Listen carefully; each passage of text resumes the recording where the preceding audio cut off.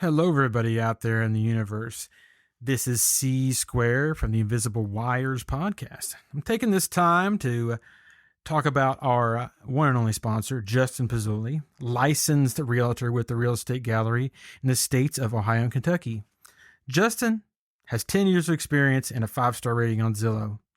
He has a great reputation of being prompt, respectful, and charismatic.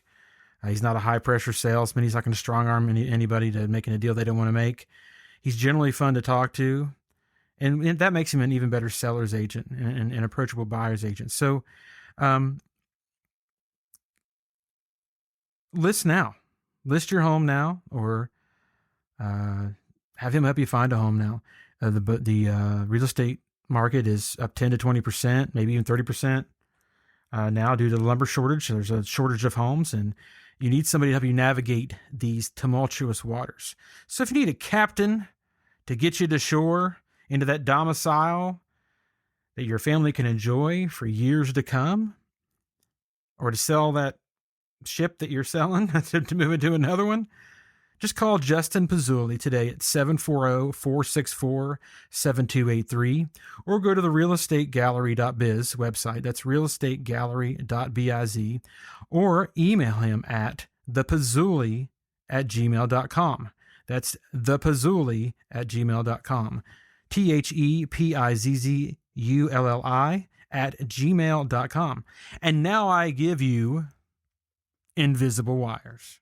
Welcome, friends, colleagues, strangers, to Invisible Wires.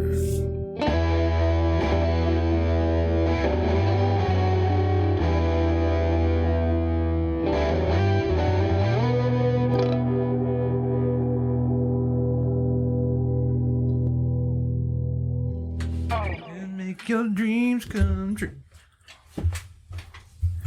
Welcome, I have, friends. are we running? Strangers. Yeah, we are running. We are up and running. So don't say anything about your family or ex-girlfriend, because we are live.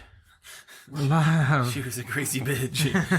Unless you just want to say something about your ex-girlfriend, just vent about it. That's totally fine. Well, there was this one time in San Diego. Have you been to San Diego before? Never have. Yeah. I bet you have. No. I like to go. San Diego seems like a good place. Go to Tijuana, get kidnapped. Is that right next to Tijuana? I think it is, yeah. San Diego is on the southern. It's on the border of Tijuana, I think. Mr. Geography here. I didn't know. Mr. Geography. Oh, got some. Penati's geography. I guess I feel like all of California is all in the middle of California. I guess I don't think about it. Yeah. Are you okay? I can't remember the orientation on that mic. You can't remember your orientation? I have struggled Are with you that too. are you gender fluid? Don't judge me. Non-binary. You know, Non-biagary. Non-binary. I've attempted to cut some hair before. So. Non-binary. Jeez.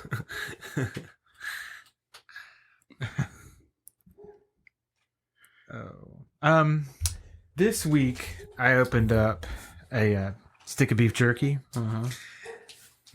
You Yeah. sound down. I sound down. You don't have ears on. I'm trying to get my mood up. I'm sorry. No, I mean, because I'm. You're blasting. Yeah. I mean, you can hear me in 9 counties right now, but.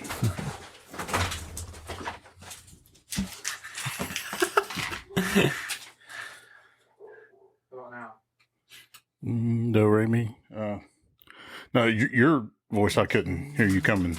I'm right next Through to me. you, so if you just really listen hard. I know, but shouldn't I hear you coming through? Probably. Hold on. Do you want to restart it? And then the dreams come true. Something about San Diego. Yeah. Frank the Vampire. Something about. I don't think the audience did not miss a lot. No, they didn't. They did not miss a lot. Anyway, this week I opened up a stick of beef jerky, and it and evidently this beef jerky is Thinks, and it's called Chomps sea salt beef stick, and I guess it's fancy. There's 0 sugar in this beef jerky stick. Yeah, they put a lot of sugar in beef jerky. Yeah, don't this they? does not have any. Yeah. A 9 little bit grams. of salt, I'm sure. Well, it's a sea salt beef stick. It says it right there. Yeah. Sea Oh, comes yeah. from the sea, so it's Yeah. healthier Yeah. salt. Yeah. Does that mean it's from a manatee? It's Yeah, a sea well, cow? they actually cure these in a manatee's mouth. Is what happens. And so it's not good when you laugh at your own jokes, I guess. But 90 calories, 9 grams protein. Anyway, so open it up and it says this quote. They have propeller marks on it. I And just want- God, That's awful. That is awful. Now I'm going to tell you the quote. The quote inside says, "If you want something you've never had, you have to do things you've never done." Hashtag champions, whatever that means. But I thought that was pretty good. That's pretty potent quote. Potent? Maybe it's not the word. Poignant. Yeah, that's a good. Quote. Point works. So I'll read it again. Doesn't apply to beautiful women. If you want something you've never had, you have to do things you've never done. It does not. That could be rape. Yeah, that could be. That could be. It's one of those things you don't say in bed at the end like you do the fortune cookie notes. I guess you could. That's what this is. This is a fortune beef stick. That's what this is. That is a good Fortune- band name. Fortune Beef Stick. The name of the podcast. If you want something you have never had, you have to do things you've never done. Church of the Fortune Beef Stick. Church of the Fortune Beef Stick. What was the other name? Church of I don't remember a church or something. the Appalachian Nation. That's what. It Oh was. yeah, Church Oh, of the yeah. Appalachian Nation. I like that name. I kind of do, but I think it would like. It would only attract people who live in Appalachia. Yeah, I mean, people would see that and think we get drunk and go hunt Sasquatch on the weekend. Yeah, and like stuff like we brush our teeth with moonshine or something. You know. Well, you say that like it's a bad thing. If you read Church of something too, wouldn't you think it is like a church and you might not want to listen to it? I don't Yeah, know. there's two deterrent parts of that. Yeah, very binary. Church and Appalachia. Yeah. Yeah. Those are two things that people might stay away from. I don't know. I don't know. Yeah, it's because I think of the one church seeing the Kingsman right away when you said that. Like, I don't know if you guys either have seen that since What you're is it? Marvel guys, but The Kingsman. The Kingsman, where it's got Oh, this no. this kid. He's from England. yeah, And Taron he- Egerton. That's But, my worst. That's not good. Colin Firth is like his mentor. He's really, really good character, but he gets in this. Samuel Jackson's a villain. Here, I'm going to ruin it for you. Anybody's listening, sorry about the plot being gone. But Samuel Jackson has this like biovirus. And he's giving away all these cell phones, and that's how it activates through these cell phones. You know, he's just getting away for free. Cell phones should be free. You know, just like the internet. The And, Kingsman? Yeah, It's And, really just this royal bunch of super assassins. yeah. It's Right. it's kind of spoofy on James Bond a little bit. You know, it's like Yeah. a lot of that. You know, It's got humor in it. yeah. It's but Dark humor. Yeah, it's pretty violent too. I they think. before they go fully online with it, they do this little experiment in this church down in Kentucky, of course, and they activate these people at once. And Colin Firth is in there because he knows something's going on here, but they've not triggered everything yet. So it turns into this big. If you get a chance, YouTube the church fight scene and the Kingsman. It's got Leonard Skinner playing in the background the whole time. Sounds like a dream right there. Just need to actually watch it, not just YouTube it, I guess. You could actually watch the whole movie too. You could either, for those with short attention span, can watch the clip, and those who want to watch a whole movie, it's decent. It's a decent movie. There's two of them. I've only seen one of them. It's not the. I mean, it's Yeah, I pretty like the good. first one. The second one, as in most sequels, kind of falls off a little bit. It's pretty good. I mean, First one's it's a movie. I mean, it's a movie. good. You It's a can. guy movie. I'd eat popcorn to that, that type of thing. I ate a whole bag of popcorn last night Really? what were you doing? playing video games. So your controllers look all buttery. pathetic loser. Your controller, your mouse is My all mouse and keyboard. No, So there was no butter on it. And no oil. on the popcorn. Mm-hmm. That sounds like you're just eating Pretty much. Yeah. like packing corn. It wasn't they get as out good from- as regular popcorn, but it was healthier. Well, I'm glad. Did you feel a peace of mind when you were eating it? A peace of mind. Like, this is fine. doing what I can. Yeah, doing what I Stuffing. can. I ate a whole bag of this, but it's better than eating a whole bag of kind with butter on it. I guess. Butter's not that bad for you. Unless it's Yeah, it is.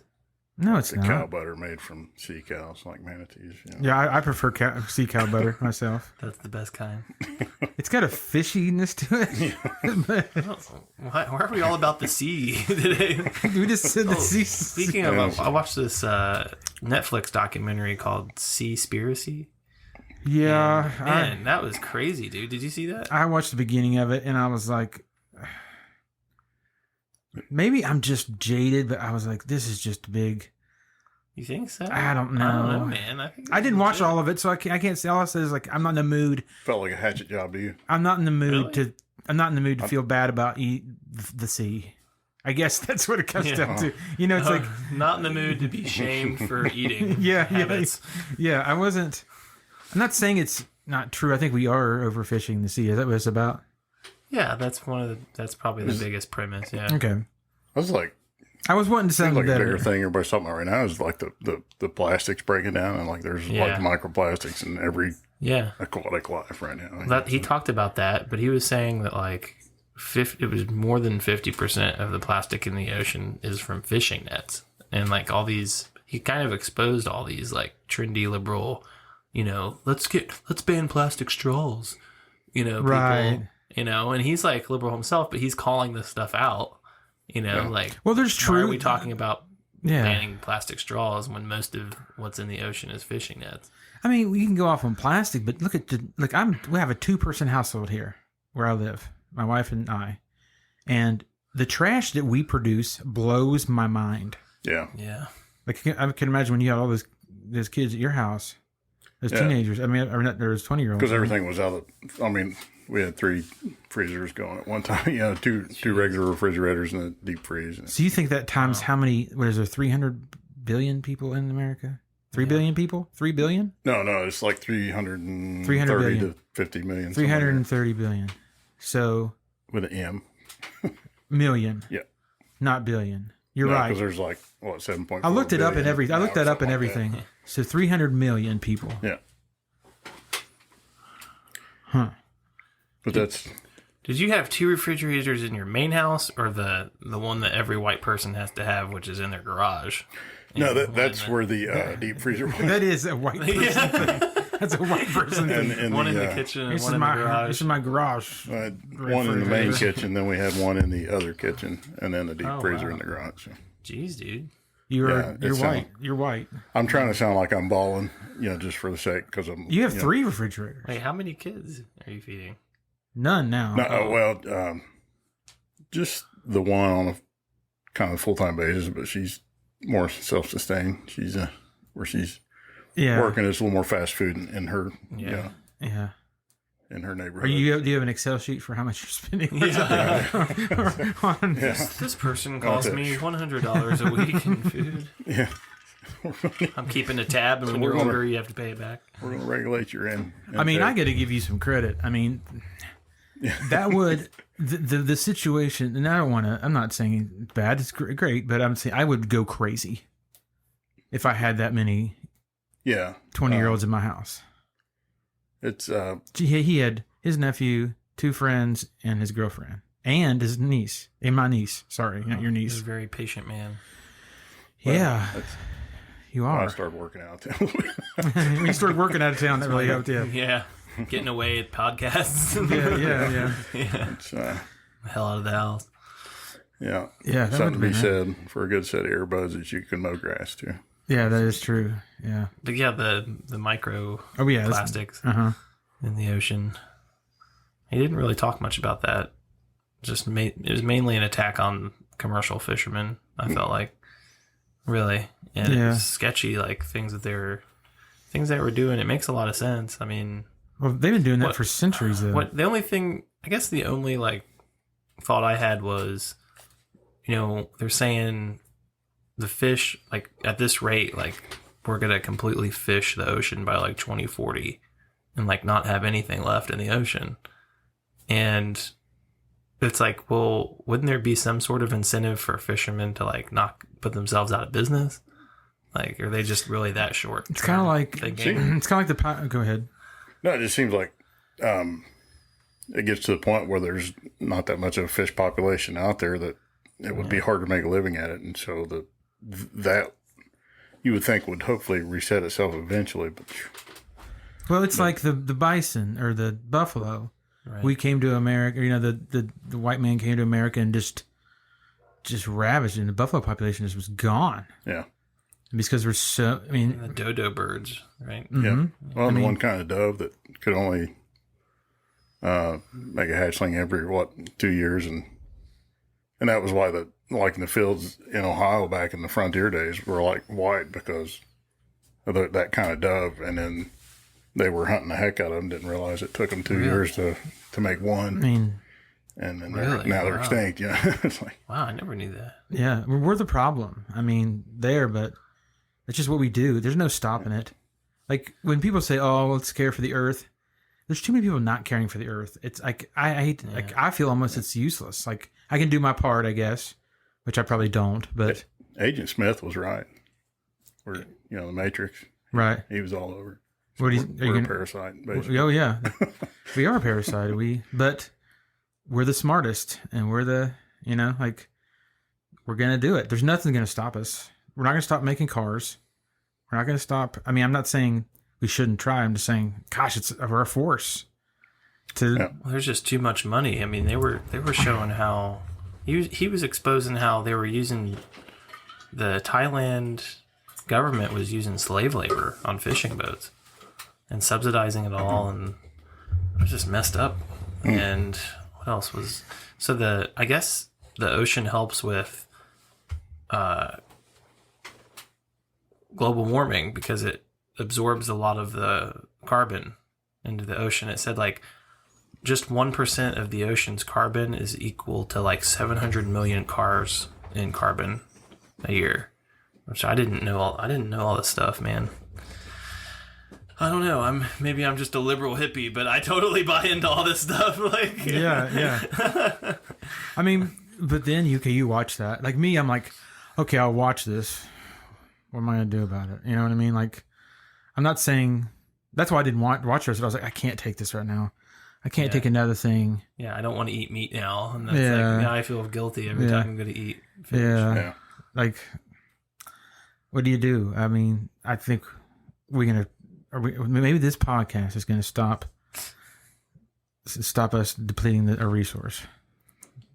Maybe that should be our main stance. What if the government, all the governments in the world just agree to stop fishing, like ban fishing for like a year?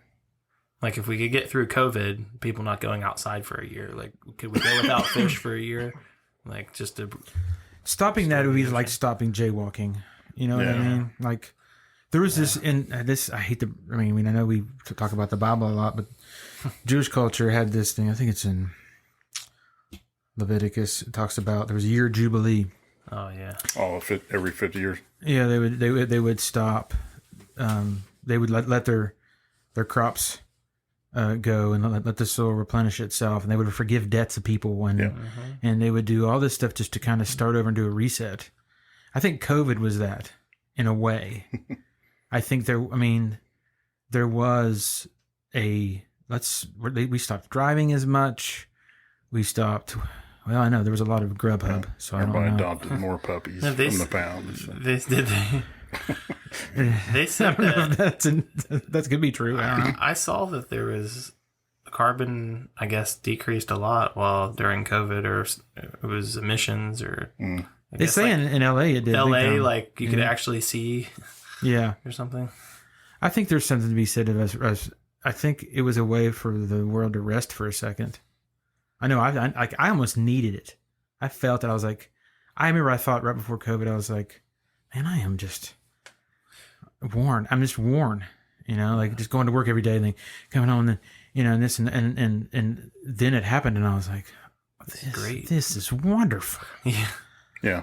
Like there is the fear, but I really kind of enjoyed it, regardless of the fear of everyone dying. But like I kind of liked working from home, and I don't know. I did a lot of stuff I wouldn't have done before, I think. Did you feel like happier, you think?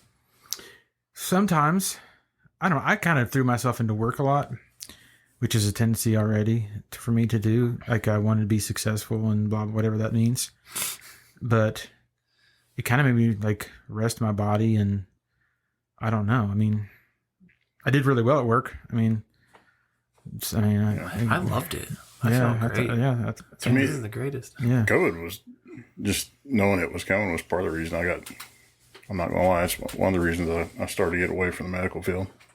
Just because. You knew the onslaught was coming. Yeah, because I was like, man, how are we going to handle COVID and flu A and flu B? Of course, back then I didn't realize that everybody would be wearing masks and you wouldn't have as much flu A and flu B. But it was like, the hospitals they typically work you kind of short anymore, and it was just I was dark clouding back in the warm months. I was like, man, what are we going to do in March? We're going to die. Yeah, well, you see that firsthand of how many cases there are and all that kind of stuff. You know what I mean? Like, is there not as much flu because of masks now? I didn't. Yeah, know that. they're just where so many people were wearing masks, and sanitizing all that stuff, getting around each other. There wasn't near as much flu A and flu B. That's crazy. And that was what used to really hammer us on the hospital. It was like everybody would kind of get through December and all right, and then January, end of December and January, the kids would start getting RSV, and then it was like 2 weeks of that, and then it was like flu A was on, and then you'd have crossover flu A and flu B, so we would get our highest census numbers, population wise, in like beginning March. when you work at a hospital, is it like you think everybody's sick all the time?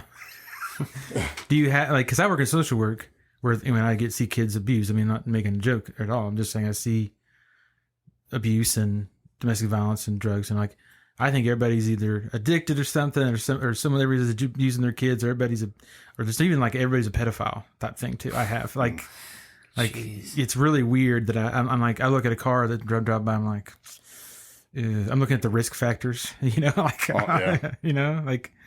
you have that same thing with people being sick? Actually, buddy I work with, it's kind of, we call it a patient assessment, but I mean, it's basically what you were doing too. You're looking at something and there's some trigger points that make you raise an eyebrow. It was like, where I was a lung man, so I'd look at nail beds and shoulder structure. You were a lung man? Yeah.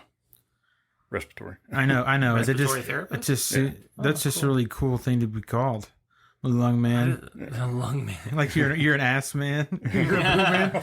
And that chick's lungs. Good God. Ass doctor. Yeah. That girl's got a set of lungs on her. You know what I mean? Yeah. I mean, her oxygen was, I don't know, point blah blah blah. I don't know She was like 99% on room air. Can you believe that?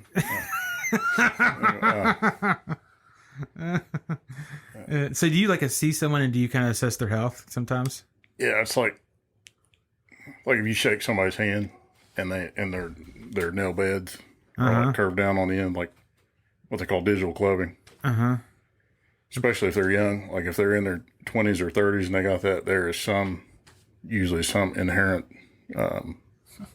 pulmonary fibrosis.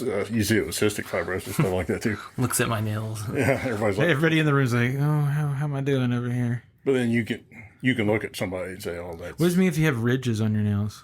Well, the white spots I have. What are these sores that are on my nails? Well, you have about a month to get your Sore affairs on my in order. dick. You look at this. Will you look at this spot on my... I'm not going to palpate, but you just phone it in, okay?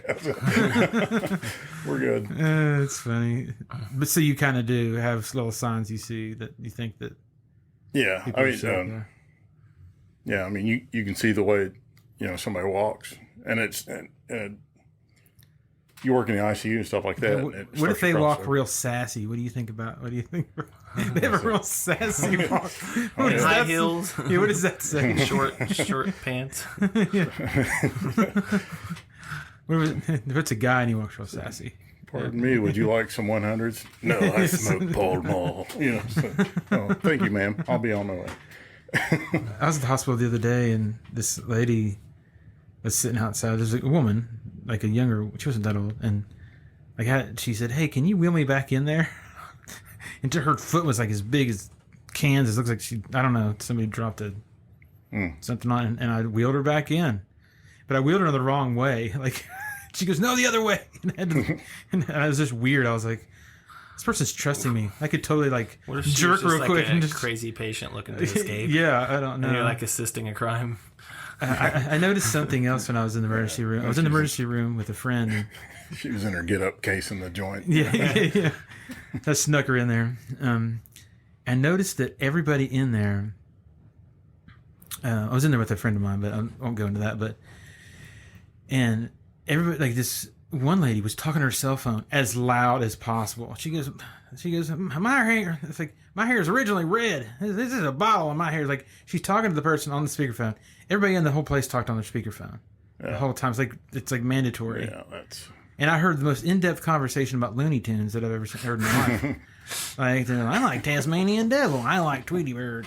And they were just... and these are adults. Gosh, dude. These are adults. Not again. And I'm sitting there going... Oh, it happened again. Oh. Trying. What, we're good. Okay, do you want to switch chairs? Let's see. But just, it was an amazing conversation. It just amazed me. I don't know. It's like everybody was looking for something to talk about because they had to sit there for 8 years. We're going to pause for a minute. No, I can do this on the fly. You got it? You guys got it? keep Okay. talking. I'll do this. You got it. I was watching Looney Tunes on HBO, and the political correct assholes replaced the carrot, or the gun that Elmer Fudd uses with a carrot. There's no more guns in it. He was hunting with a carrot? Yeah, they digitally, whatever, sketched a carrot into it instead of a gun. The first part of that sentence is the most confusing part. You were watching Looney Tunes. That alone is weird. But anyway, the next one... I love Looney Tunes, okay, dude. Fuck you. Okay, it's man. fine. What's your favorite? Maybe it was me. What's your favorite one? I was that person talking to that person on the phone. No, this was this old lady. She was talking so loud. It was funny. She told her whole life story, like to everyone. It was wild. But That is so weird. the second part of that is on HBO. Why is it on HBO? It's fine. You want to watch Looney Tunes with your time. That's fine. But why was it on HBO? I don't know.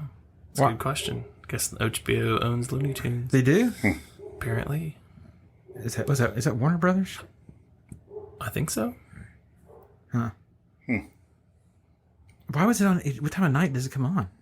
It's on the HBO Go. You can watch the whole. Oh, you all were the just seasons you anytime you were want. just okay. So that's in their content thing. Okay. So that's right. There were South Park now too, right? Where it's on HBO too. Oh, South Park's on HBO. Yeah. Oh, okay. I watch that every night before bed. I didn't know that. I mean, you need to Yeah. check our genetics because we're cut from the same cloth. You and I. Yeah. I don't have HBO Go though, so Oh, it's good. great. It's better than Oh, Netflix. I've got a Fire Stick that's got every movie and every show in the history of time on it. Yeah, but it never. If you can actually get it to work, No, mine works great. really. Yeah, I watched that Jake Paul Ben Askren fight the other day. Oh, yeah. It was the craziest thing. So it's like a boxing match, right? But they had musical guests. So it started off and the Black Keys played, which the Black Keys are badass. We all That's know. great, man. And I watched that and I was like, okay, and I was watching two shows because UFC was on. So I was watching two shows at the same time. If you came downstairs and saw me, you'd be like, I look like a crazy person. Like, I had two things going on. I would mute one. I'd go back and forth.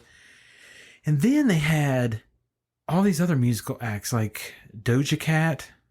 Nice. She seemed pretty cool.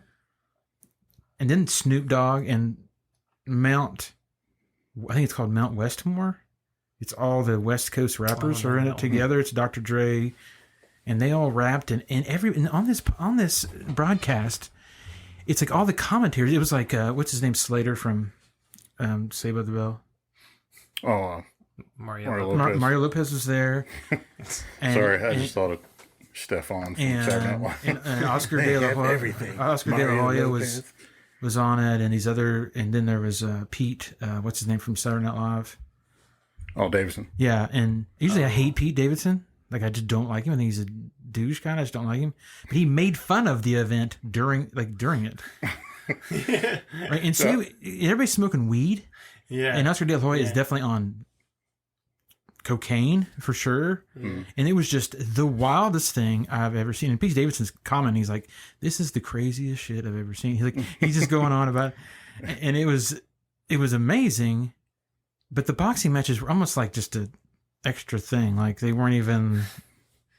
It's like a variety It was show. like a footnote, you know. Yeah. And it was like, this guy's record is 2-13, you know, and it was crazy. But then Justin Bieber played, and he did his Bieber thing, you know, whatever. And then the main fight came, and I was kind of excited. I wanted Jake Paul to lose. I don't know if you guys are up to date on this stuff, but A little bit. he beat Ben Askren in like less than 2 minutes, but they stopped the fight way too soon. Like, in a boxing fight, you can get back up if you get up in 10 seconds, right? Mm. Well, he did, and then they just called it off.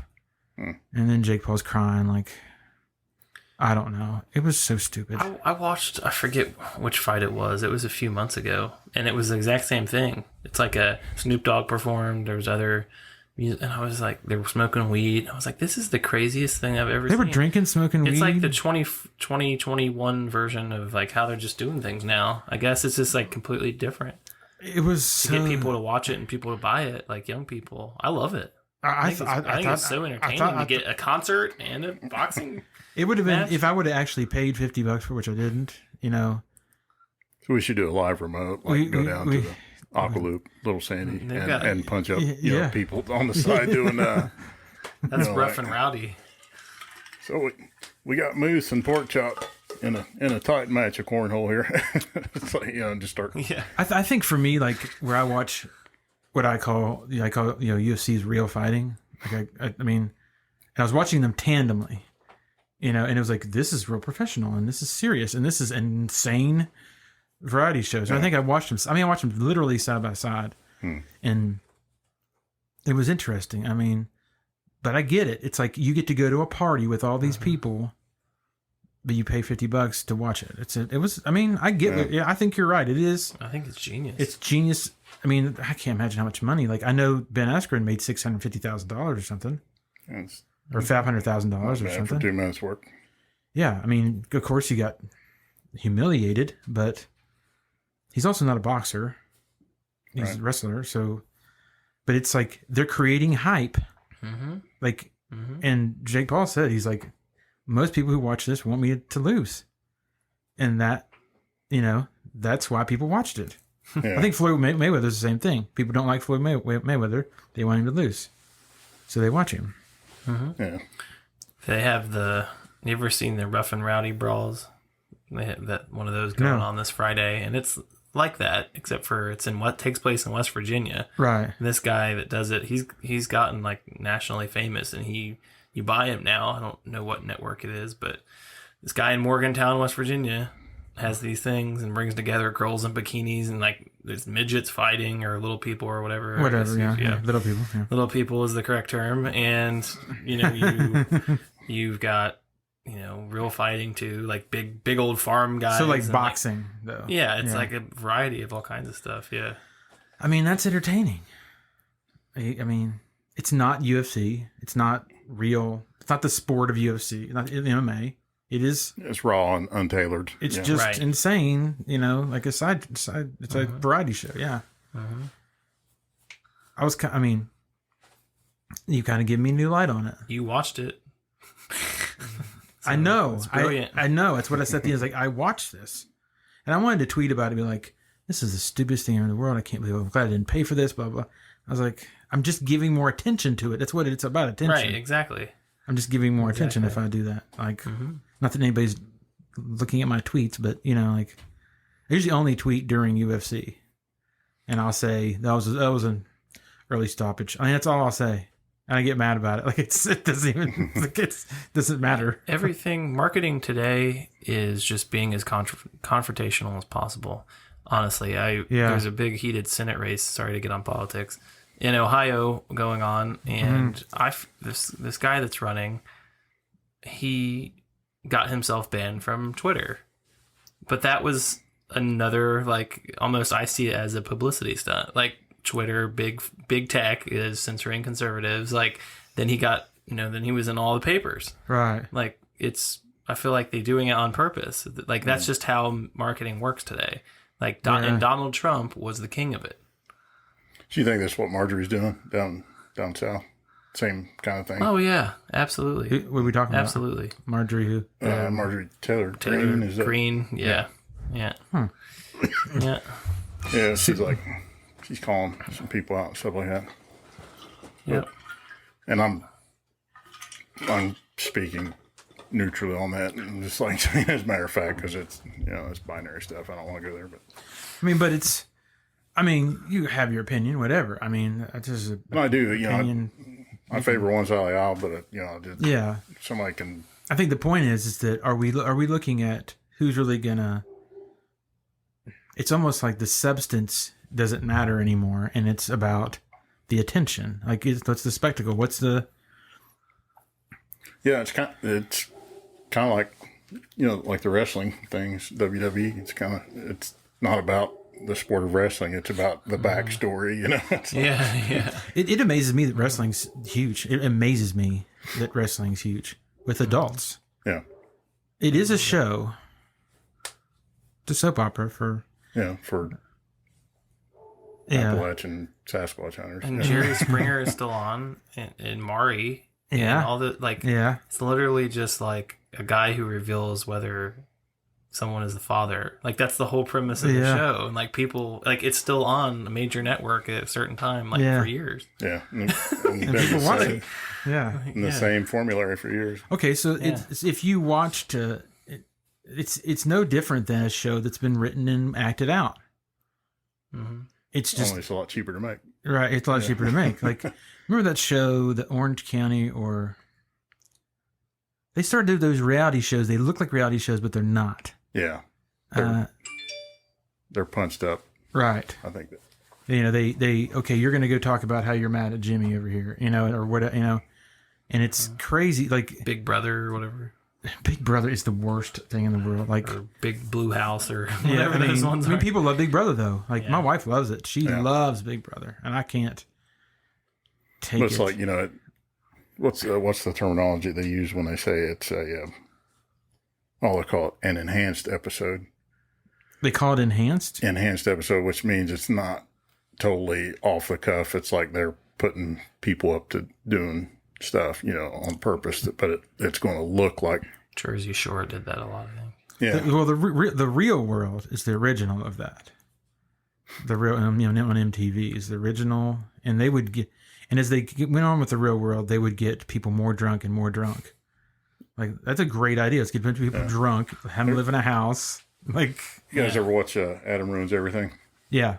He actually does. There's a show on that where he's talking about how they'll change the camera angles, and so the audio that you're listening to, where it looks like you're watching a couple arguing over a, like a cafe table outside, and it's not what they're actually saying. They've taken audio from somewhere else, side stream, and made it look like. Wow! So because you're looking at the back of somebody's head and talking, and they're saying, "Wow."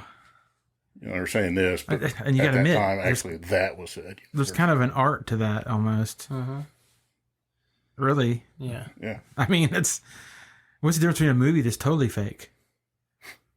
Right. I mean, it's totally fake. I mean, but it draws you in, like. Yeah. But it's not real. Like. But I appreciate, even though it is all fake, but there's a creative process to it that. Oh yes. The imagination behind it is why it's genius. I'd rather watch. Yeah. A produced show than. Yeah. The most brilliant show I've ever seen like that is You mean is Nathan For You. Do you ever see that? I don't actually. I think it's probably legit, but I've gotten arguments with friends whether it's real because it's just so genius. Is it that guy? He's kind of nerdy and Yeah. Yeah, it looks like yeah, it is. He's like he has like a business degree, and so he comes up with really like all of his things are very intelligent and they make sense. Like he actually uses like They're like prank business. They're principles. almost like pranks almost. Yeah, he's like a prankster, and But he comes in like a consultant basically to the business, to help save the business, and then he gives them like actually really brilliant advice, but would be taken by most people as stupid, which it is. But he does his job ultimately. Like one of them was he was trying to like help save a frozen yogurt shop, and so he developed a poop flavored thing, and he actually like went into a flavor expert and had them develop. I remember that one. And then he had like a panel come in, and they were all like, "Yeah, this tastes like poop," and like they just sat there and ate the poop, like. And then they released the poo flavor, and they had lines out the door for weeks, and people were like getting it, and they all hated it. Like it was terrible, but he did his job. Like he got like he's a publicity genius. That's the same thing that's happening in the media. Yeah, people are crapping everywhere, and everybody's watching. He kind of parodies that. Yeah, idea. I think he also puts a spin on the fact that we are willing to like how stupid we are. He kind of points that out in every episode that he comes up with these really stupid ideas, but they actually work in the end. Yeah, the drama of eating poop. People are like all about it. It's crazy. What an analogy for what we digest in the news. Yeah. Just put a bunch of shit out there. Yeah. But that's one reality terrible. show that I kind of resonated with me was Deadliest Catch. Because and I'll tell you what, that Dad had gotten, back before that big slurry come through, in the early 90s or whatever it was from Pittsburgh, and you couldn't eat fish out of the Ohio River for a while. You weren't supposed to. Oh, yeah. Pre that, Dad had actually gotten these two big nets, and he had to get a special license to run them. And back then it was like $75 to run these two ring-looking nets. Sorry, it'll take me a second to get there. But the fact that you said the word slurry, I'm in. Yeah, no, it was like like one of the coal slurry fields or something leaked into the river, and so as it was coming down the river, everybody in Charleston was dumping all their stuff too because Oh my gosh. So it was like forget about the sea. What about $75 to draw a giant net across Ohio? It took a decade to be like they come out and said, okay, you can eat one serving of fish a week, you'll be all right. But pre all that, we'd run those nets. Mainly, he done it with my my stepmom at the time, her brother, her oldest brother, and they would run these nets and in the Ohio River. In the Ohio River, and this was pre GPS. They were eyeballing. It'd be like say it was like 12 foot long, a series of hoops with a net strung along. Right. Like a tube sock, if you will. Okay. but made out of a net, and then had ropes on each end with a cinder block to weight it down, and they would eyeball it by like this treetop and that hilltop and stuff like that, and then go out and have these like handmade treble anchor hook like things, right? And get the ropes, and find them again. And to me, I look back on it, it was amazing because GPS would be child's play now. But, yeah, that's genius. But when they're pulling those nets up and you don't know what's in it, and that Deadliest Catch was kind of like it reminded me of being a kid on that boat. Oh, you were on the boat? Yeah, sometimes. Yeah. Well, what'd you find in there? It was usually catfish. There was one time they hit 3 eyes. No, it was before it got real bad, fortunately. But is everything overfished now? Like you can't even really catch anything in there anymore, can you? In the Ohio River? No, there's some population there, especially like if you go below the Loxon Dam at like in I think it's March or May, one of the M months, I think. And you can catch those guys when the hybrids are running and stuff like that, fish with shad, and you can wear it out. I mean, just right place, right time kind of thing. Save the rivers, man.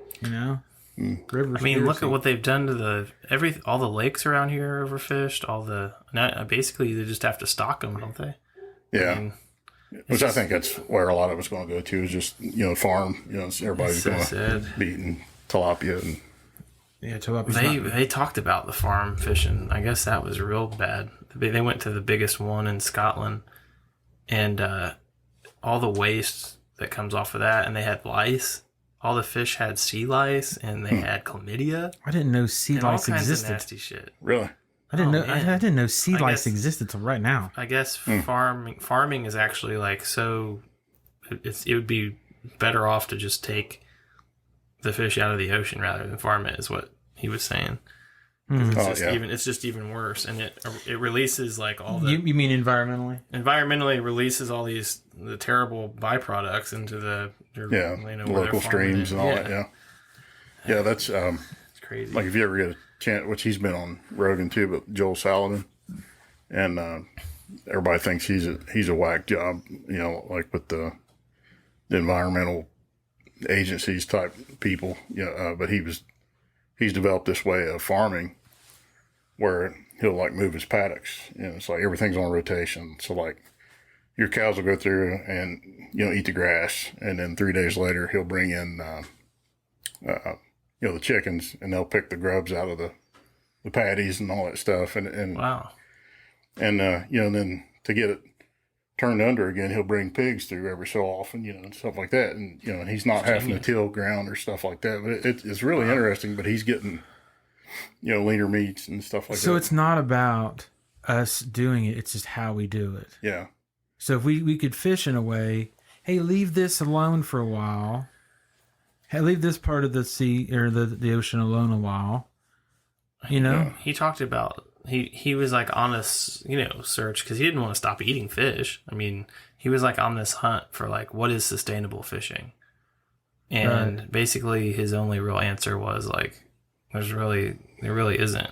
Like, Yeah. he just needs to stop eating fish. Like it was just getting that bad I off. want to eat fish more because it's not going to be around anymore.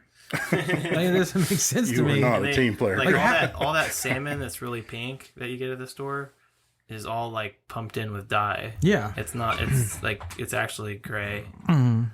I mean, just I Yeah, don't know, like dude. and they run it through like an air process too, don't they? Like carbon monoxide or something like that. That makes it red too. Like we're just killing ourselves. It's not just with fishing. It's just food in general. I didn't think about how think messed about up it. everything is. I'm all about grass-fed meat and all that kind of stuff. I think definitely the omegas and when you have a cow full of antibiotics and all those chemicals, it's not as good for you.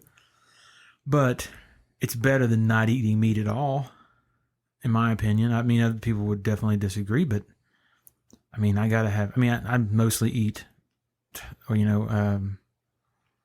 chicken that's what is it called, free range or whatever, and mostly.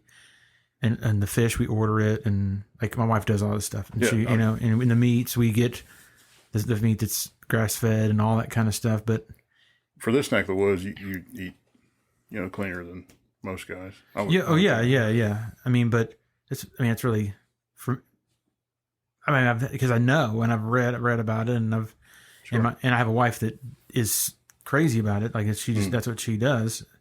But the common person. Okay, let's say they're not going to eat meat, or they're not going to eat meat, or they're going to eat meat. It's probably better to eat meat, I would think, like to sustain your life and for protein and all that kind of stuff. Like, what else are you going to eat? I guess you could eat vegetables for sure. I mean, you got to be careful with that too. I just think I got to a point. I got to a point where I was afraid of all food. I know, dude. Yeah, exactly. That's where I'm at. Like, I'm just afraid of anything anymore. Yeah, I got to a point where I wouldn't eat anything because I was like, well, that's going to kill me. But like, I'm not a big eater anyway. I don't really care about. I mean, I have to like remember to eat, but like that must be nice. no, it's not, because I'm very irritable, and I'm like, what's wrong with me? Like today, I didn't eat all day, and I was like, man, I don't know what's going on. And then I ate tonight, and I was like, oh, and it might be, I don't know, I might be diagnosing an eating disorder on the show today, but I mean, you can tell I don't have an eating disorder, but I mean, you can look at me, but like. I think I did get a point where I was afraid to eat anything because I was like, oh, this is all poison, blah, blah, because all that propaganda, it can get to propaganda-ish to, I don't know. It could be, maybe it's a weird new eating disorder if like you're afraid to eat anything because bad. Like, but yet I'll eat it. You know, like I think we have to. I think it's moderation. Like, don't. I mean, if you shouldn't eat fried foods, unless maybe you have coconut oil, which is harder than hell to cook stuff in. You know, we eat. Yeah. That's like because you eat it in regular vegetable oil. That's got partially hydrogenated oils in it. That's bad for you. You can't process that. Like even olive oil, if you cook it over 125, 150 degrees, it goes rancid.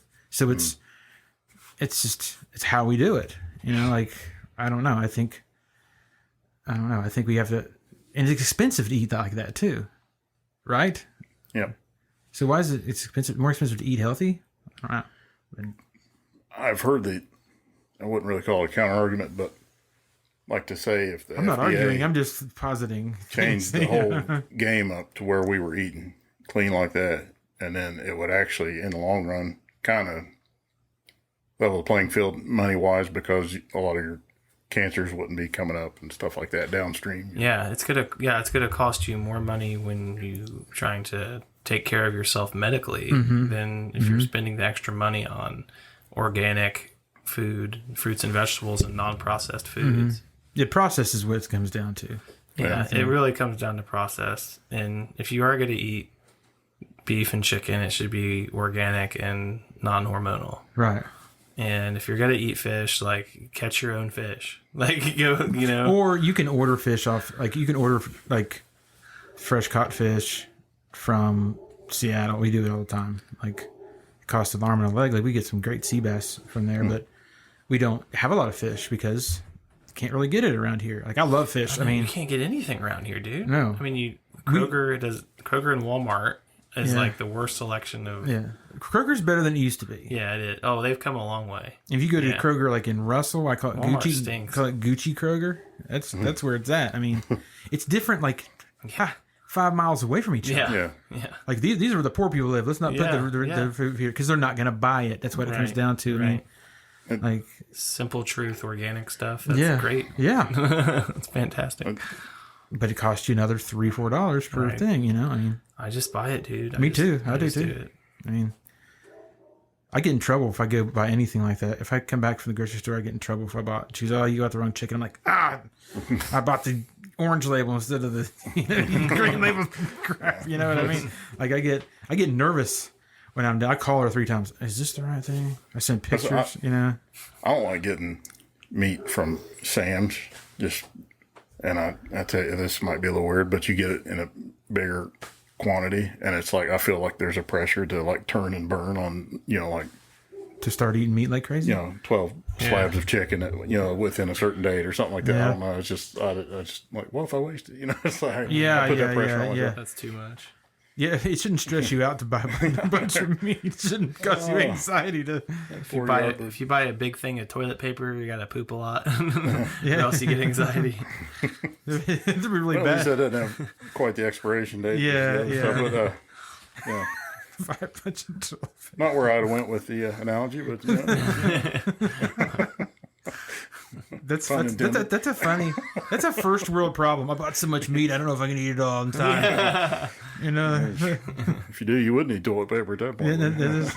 You would, I guess. I mean, the fact that we even have Sam's, period, is like you can buy a big screen TV and 30 steaks. Didn't that originate 5-pound tube of meat? Big screen TV. You can buy vitamins by for the next 20 years if you want. And one of my refrigerators has one of those coffee cans really full of nacho cheese in it. You're really flexing on the refrigerators today. Yeah, tell me I'm not leaving a carbon footprint. Yeah. Oh, wow. I mean, I don't have time not to leave a carbon footprint almost. Like I just don't.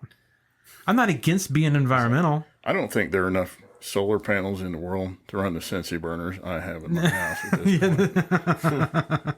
You have a lot of Sensi burners? Oh, you know it. Yeah. That's crazy. Not by this guy's choice. I know you didn't buy them. I mean, they got some cool ones. Those are so dangerous. I knew a guy and he was like my pastor growing up, and his house got burned down from Sensi. Well, listen, Gary likes to live on the edge. Yeah. So I laugh in the face of danger. Since he ended up over there. See, my wife, I like to take my Sensi burner Or you could've and just fill lit it it up on with fire. pine chips. like my wife's got Yeah. a super nose. Like Light it on fire. my wife's nose is like, she's a superhero when it comes to smelling. She can smell anything.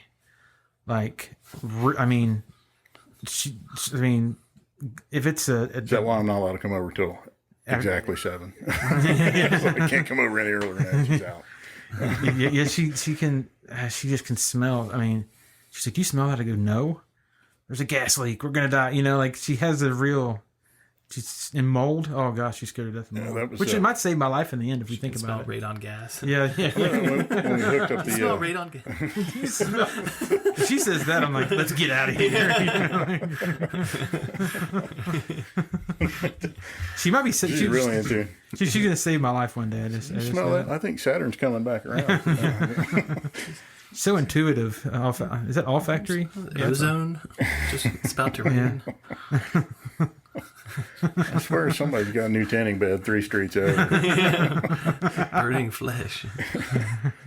No, they're just baking chicken. Yeah. You know you're That's serious. what the saying just. Yeah. You know you're serious when you own a tanning bed. Yeah. I mean, like if you own a tanning bed, that's just that's a 90s thing to do, to own a tanning bed, I think. Yeah, I agree. One time, it was like, I think I was like maybe 19 or 20 and went to Fitness World and they had a tanning bed, and Sean, and Sean's Syrian, so he's, very dark complected. He goes, I said, how long should I go in this tanning bed? He goes, just go in there 20 minutes, man. You'll be fine. I go in there. Oh no. I go in there and I'm pasty white, like whiter than white. And I came out of there and I was burnt to a crisp. My ass, it just. Probably commercial offers from Red Lobster. It was the worst. And I was like, I forgot that you're almost black. You know what I mean? Like I shouldn't have listened to you. So then I go through the initial just horrific days of being burnt. I mean, severely burnt, like not like sunburnt, like just like I concentrated UV lights destroying my cells. So then I start to heal and I start itching real bad. And I was living with my mom at the time. I was like, I was 19 or 20 or something like that. And I wake up and I'm itching like crazy, and I'm naked, and I'm in the bathroom, and I'm like itching. I'm just losing my mind. I'm just naked, and I'm like, and all of a sudden I reached around him. I had a really bad problem. My arm was going out of socket when I was younger, like so I'm scratching, and all of a sudden my arm goes clank, and I just fall out naked, just pass out in the bathroom, and my mom comes in, and I'm like all red, skin flakes are everywhere, and I'm like laying there, and it was so it's embarrassing, and it was just awful. So, and this other, going on the arms going out of socket. One time I had a bunch of friends over and had this girl over that I thought I just was really into. I always after you're done flaking. Hopefully. This was another time. This is the same house. Back. And I'm talking to her, and I'm talking to her in the doorway, and I put my arm up in the door. I'm like, hey, what's going on, and I'm talking to her, and I put my arm up too high, and my arm goes out of socket while I'm talking to her.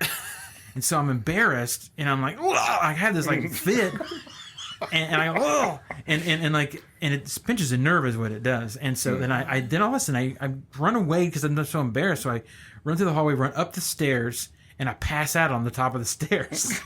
Because my arm, like, it's just awful. I tried to put on the mood. Yeah, so I was like, hey, I just went crazy.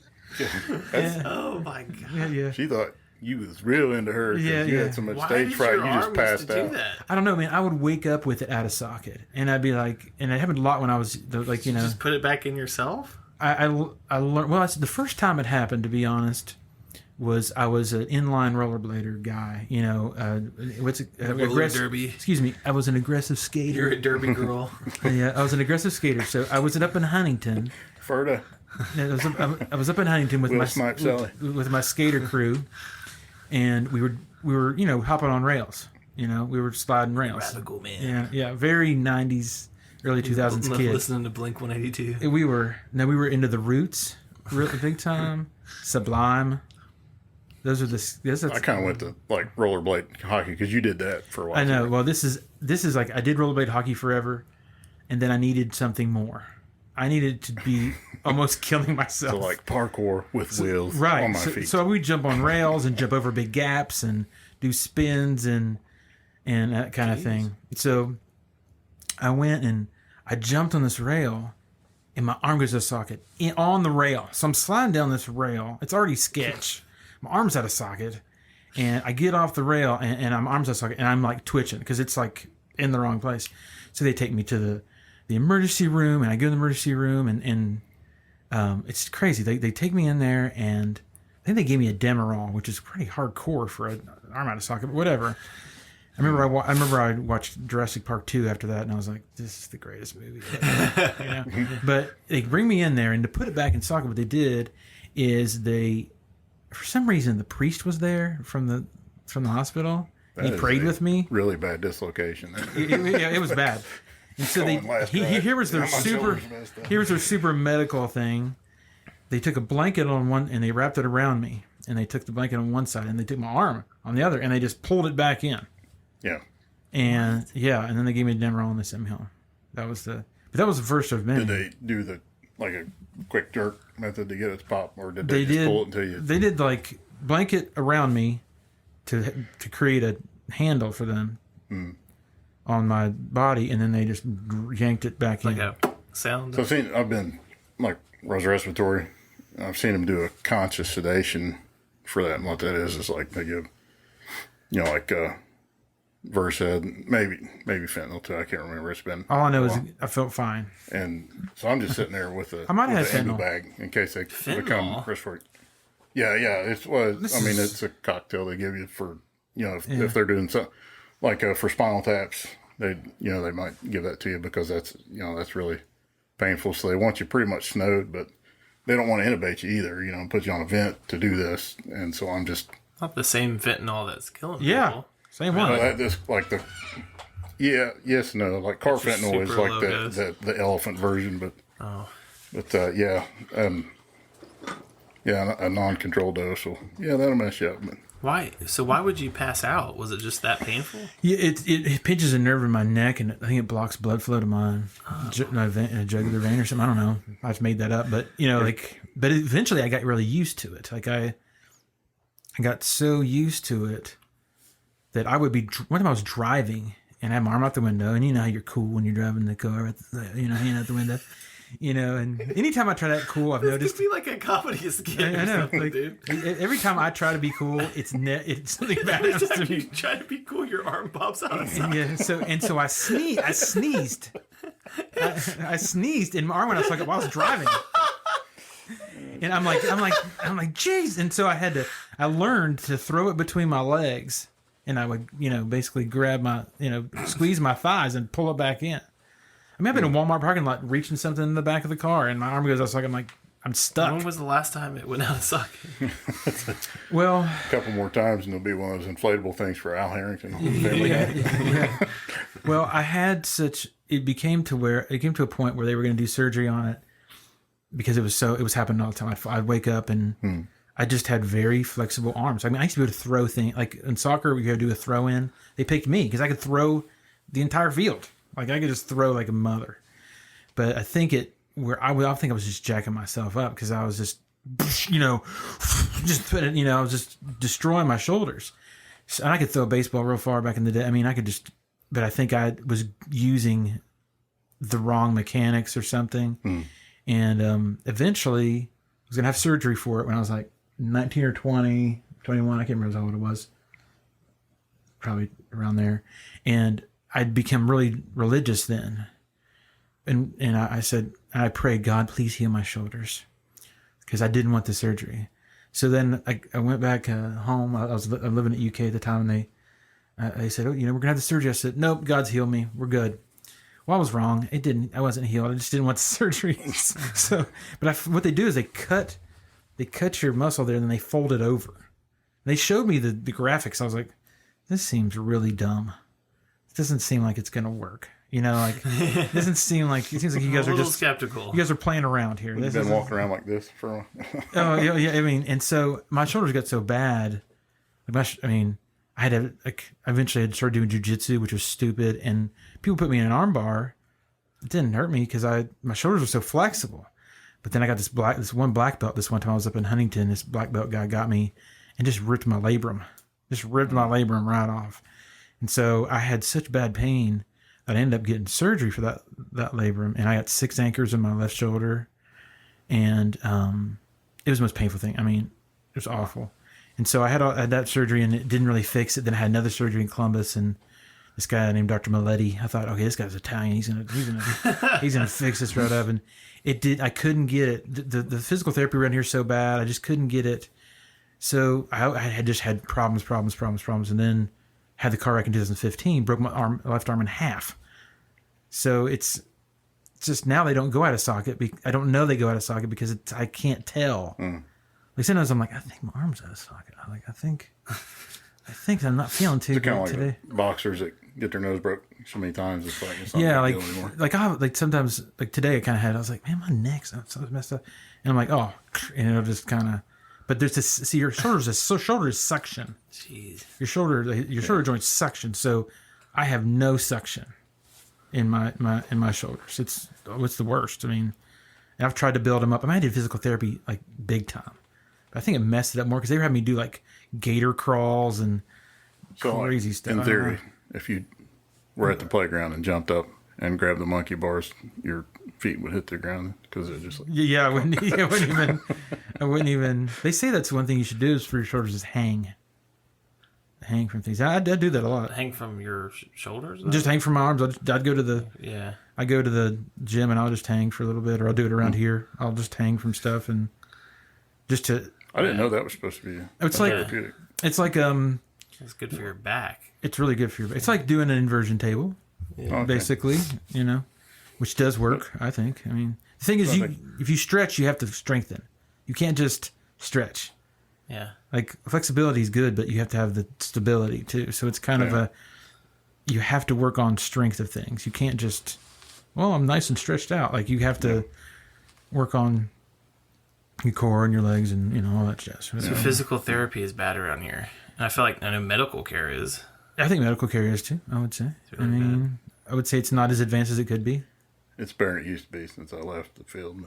Yeah, but since Gary left, it's improved by 13%. It went up in pay. By 13%. I think it's just we don't have. I think we have health around here is bad anyway. Right. So it's just we don't have the latest, the greatest. Yeah. There's not enough competition for it to matter. But maybe it's competition. I don't know. I'm just saying that. I'm sure it's a competition. Yeah. Like how many physical therapy places are there? There's 5, 6. I mean, I don't know. Like. And chiropractors are big around here, but they're fine, but they're not. I was going to one. I've been going to one for years. I just can't seem to get where I need to be. Because he's not teaching you to strengthen it. He's just popping you around. I'm doing a lot of stretching, but I mean, I do high intensity interval training. I think it would build up a lot of strength in my back. I think there's certain things that you have to focus on. Yeah.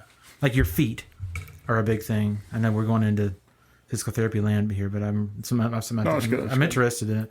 Like I need to start trying that out. Your feet are very important. Because shoes, if you think about shoes, like you have those look like they're pretty, I don't know. They're old and but if you wear let's say you sprained your ankle and you wore, what do you wear, a big boot that restricts your movement, right? Well, yeah. That's how most shoes are. Most shoes are, they bunch up your feet and they restrict you. So it's like you're wearing a cast around. So I started wearing barefoot, like more barefoot shoes. These aren't good, but flat shoes. Like I try to make sure that I'm actually using my feet and get grounded. I found it really does help. I feel better. You got to watch it at first if you're just starting out. To those listening, don't just buy a pair of barefoot shoes and start running because it will hurt you because you're using muscles you've never done before. Yeah, no auxiliary setup at that point. Yeah, you have to build up to that. I mean, we're supposed to be barefoot. Like, if you see kids with shoes on, it drives me crazy because they're putting those tiny feet in those little shoes and they're just making them weak. Like, I don't know. Maybe it's just a pet peeve of mine, but I just think I did find that the stronger my feet are, the better, that kind of thing. I know when I was like, my late teens through 20s, and I was playing a lot of ball, basketball. Yeah. And I always preferred like, regular cut or 3/4 cut versus high tops. I didn't like high tops because I thought there was something to that. It was like I felt like my ankle was stronger where it was used to turning more and stuff like that. Yeah, tennis shoes were really invented in the like running shoes in the Olympics, and I think Adidas was first, Puma, then Nike, and then like they were saying they made you run faster. And so this one guy, I don't have his name off the top of my head, but he ran barefoot and beat everybody. I forget his name, but there was a runner that in the Olympics, female, she ended up getting tripped by a barefoot runner.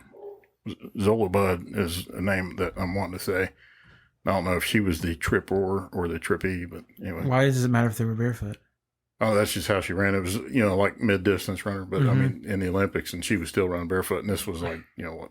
There's a spring. There's a spring to your foot, or like the running shoes make you run on your heel. If you notice, if you have a big like pair of Brooks, it leans you forward. I have a Brooks. Yeah, that's what I wear. Yeah, it leans you forward, and you have a heel strike. If you notice, you'll have a heel strike because you can do that because you have that big pad there. Yeah. But if you run in barefoot shoes, which I like, or they call zero drop shoes, you run from the spring of your ball of your foot instead. Yeah.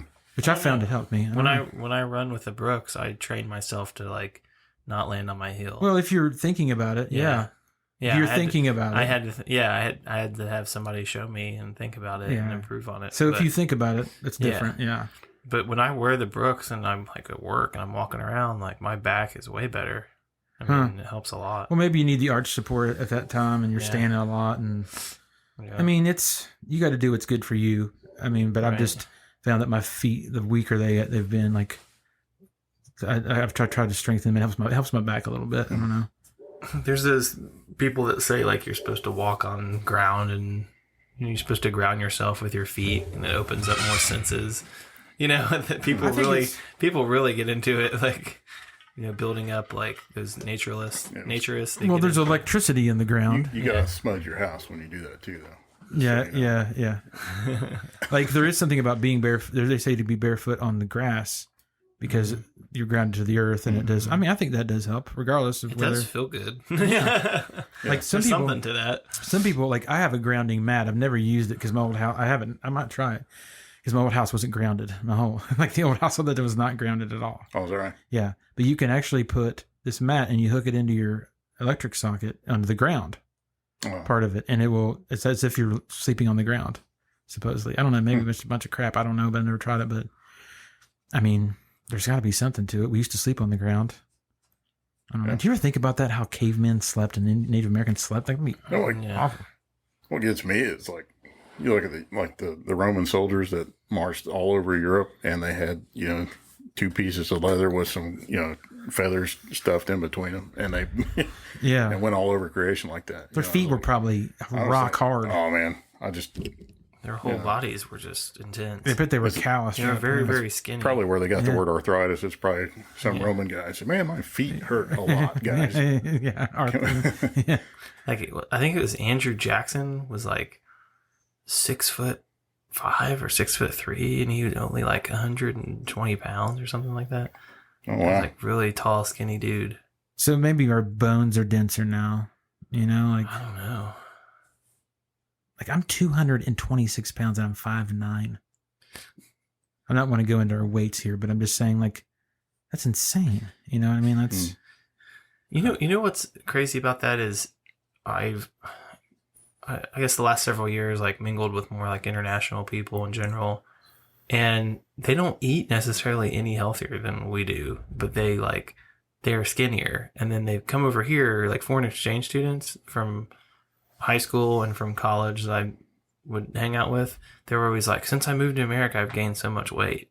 And I'm like, is that because, you're, eating more American foods? They're like, I'm eating the same. Like, it's just like, they're like, look on the back of your packaging, like all the stuff that's in it. Like our stuff is just like a piece of bread. It's like wheat flour. Yeah. And like that's it. Like and then over here it's like 15 million ingredients and like what the hell are we putting in the food? I don't know. That gluten thing's true. I mean, we've genetically modified our wheat to be resistant to the bugs and the parasites and all that jazz. Do you guys get that? Is it called double lot wheat? But I mean, we get it's called 3 Bakers, and it's the bread we get. It's like gluten free or whatever. I don't know. Not that OO wheat or whatever. I got that Ezekiel bread, dude. Yeah, that stuff is legit. Yeah, it's pretty good. We get we just get gluten free bread. I don't know. It's just really my wife. She gets it all. So, I mean, I have Hashimoto's disease, so you're supposed to stay away from gluten. So I don't know, but I don't totally stay away from gluten. But if I eat a Giovanni's pizza, I'm in trouble. Like, right. Like I can feel it in my, I feel it in my body. I'm like, that was a bad decision, and I can feel it for a couple of days. Is it like joint pain increase? Yeah, for sure. But your stomach is kind of, if you mess your stomach up, you're messed up here. You know, if you're messing your stomach up, you're in trouble. I mean, that's your second brain. You know, messes the way you think. Yeah. I mean, we all know when we eat something that's trash that we don't think as well. Gut bacteria is like super connected to your brain. Yeah.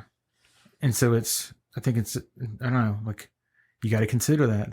Like there's all this stuff on the internet and, you know, Joe Rogan and Dave Asprey and all those guys, and they really get into that. And I think they're right. Like you are like, whatever you eat is your mind is going to go there. Your mind you get your clarity, you know, if you don't drink enough water, if you don't get enough sleep, if you don't eat good, you're going to be less.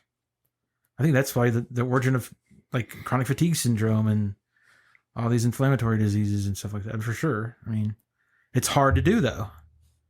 It's hard to keep that going, I think. I don't know. And there's so much methyl bad stuff in our food now that it's, you know, it's hard to, seems like it would be harder to keep those metabolic chemical level balances, you know, just because it seems like we're bombarding it with side stream stuff. I don't know if that makes any sense to you guys. But, yeah, that's what you're saying. Yeah. I mean, but you got to be mindful of it. I mean, I'm not a huge eater, but I mean, because it's like, you know, I could have an orange juice IV run on a continuous drip all day, and I would still have low potassium. You know, it's just how it is. Oh, you're saying that you just have a natural. Okay, I see what you're saying. Yeah. Yeah, it was like ranges like 3.5 to 5, whatever the units are, and. How often are you measuring your potassium? At least twice a year. Oh, okay.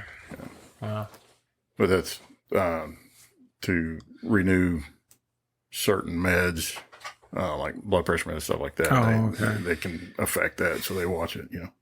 Yeah, I saw a picture of, it was like oatmeal with strawberries, Quakers, in Europe. And it was like oatmeal, strawberries, like dry freeze, you know, whatever, dried strawberries. And then in America, it was all that shit. And the muffins, I was over at Jason's house the other day, and I looked at the ingredients in those muffins, kids' muffins, and one of them was propylene glycol. And I was like, what the hell? In the muffins? Yeah. Yeah. Well, it's like, what is that? That's what you're smoking right now on the vape. Oh, awesome. Yeah. This, you know, it's funny. This is muffin flavored vape. Is it really? No, it's not. No, I'm just joking. Kids blueberry muffin flavor. I'm sure. I bet they have it. if it was Italian wedding cake, I'd be all over it.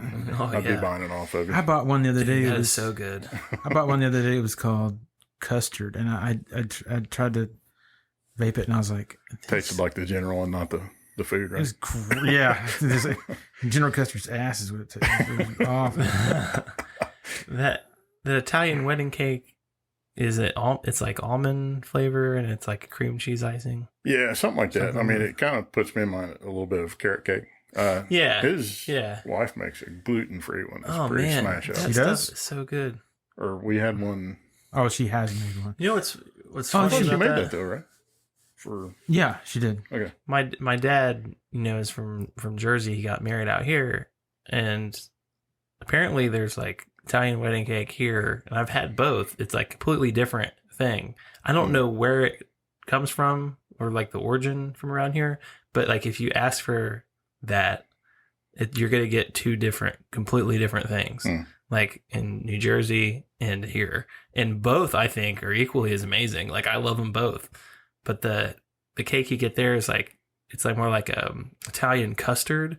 And I guess it kind of tastes like a better version of like what's inside of an eclair. Oh, okay. And that's what they like make the cake out of, with like just regular cake and maybe like some rum in it.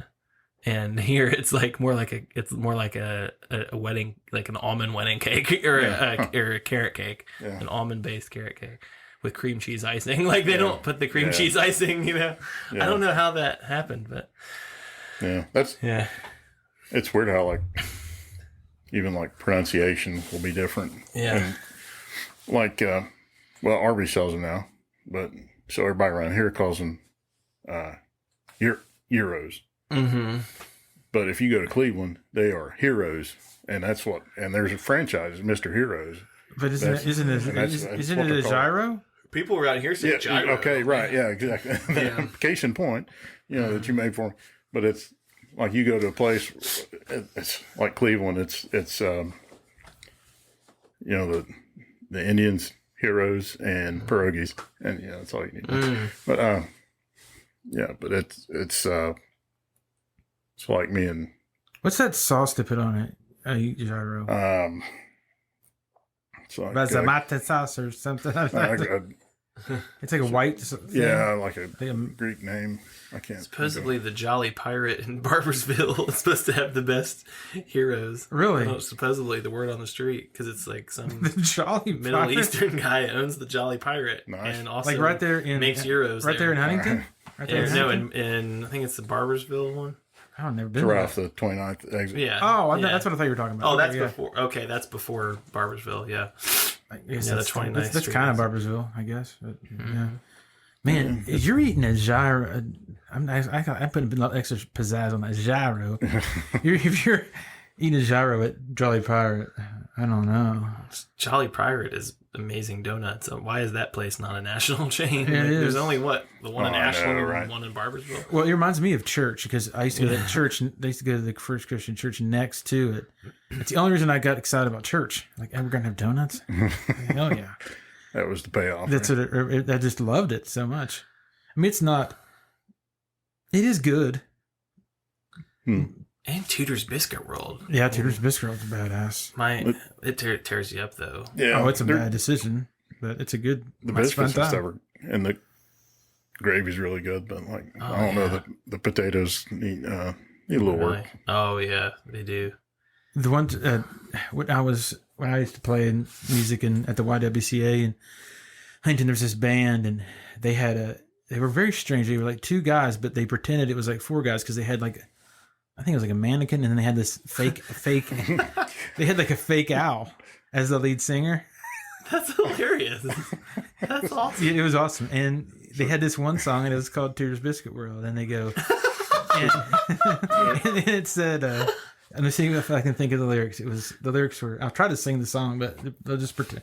It was like, and get a Mr. Pibb with crushed ice. Because they have crushed ice there, at Tudor's Biscuit World. It was just the greatest song ever. Like that lead in you gave described them, and I'm thinking, like, did they get their band idea from Chuck E. Cheese, with the robot? Yeah. Crushed ice. That is so bizarre, dude. And they would talk about some of the sandwiches, like what is it? What's some of the Big Mo? Yeah. Oh yeah. I just made that one up. Thundering Herd. The Duke or something. The like Duke, that. yeah. The Coal Miners, one that has a big thing of fried bologna on it. Yeah. That's. Do you remember the name of the band? Oh, man, no. That's ingenious, dude. I opened up for this one band, and I might have their CD over here behind me. The band was called Yak Butter Tea Party. That's the name of the band.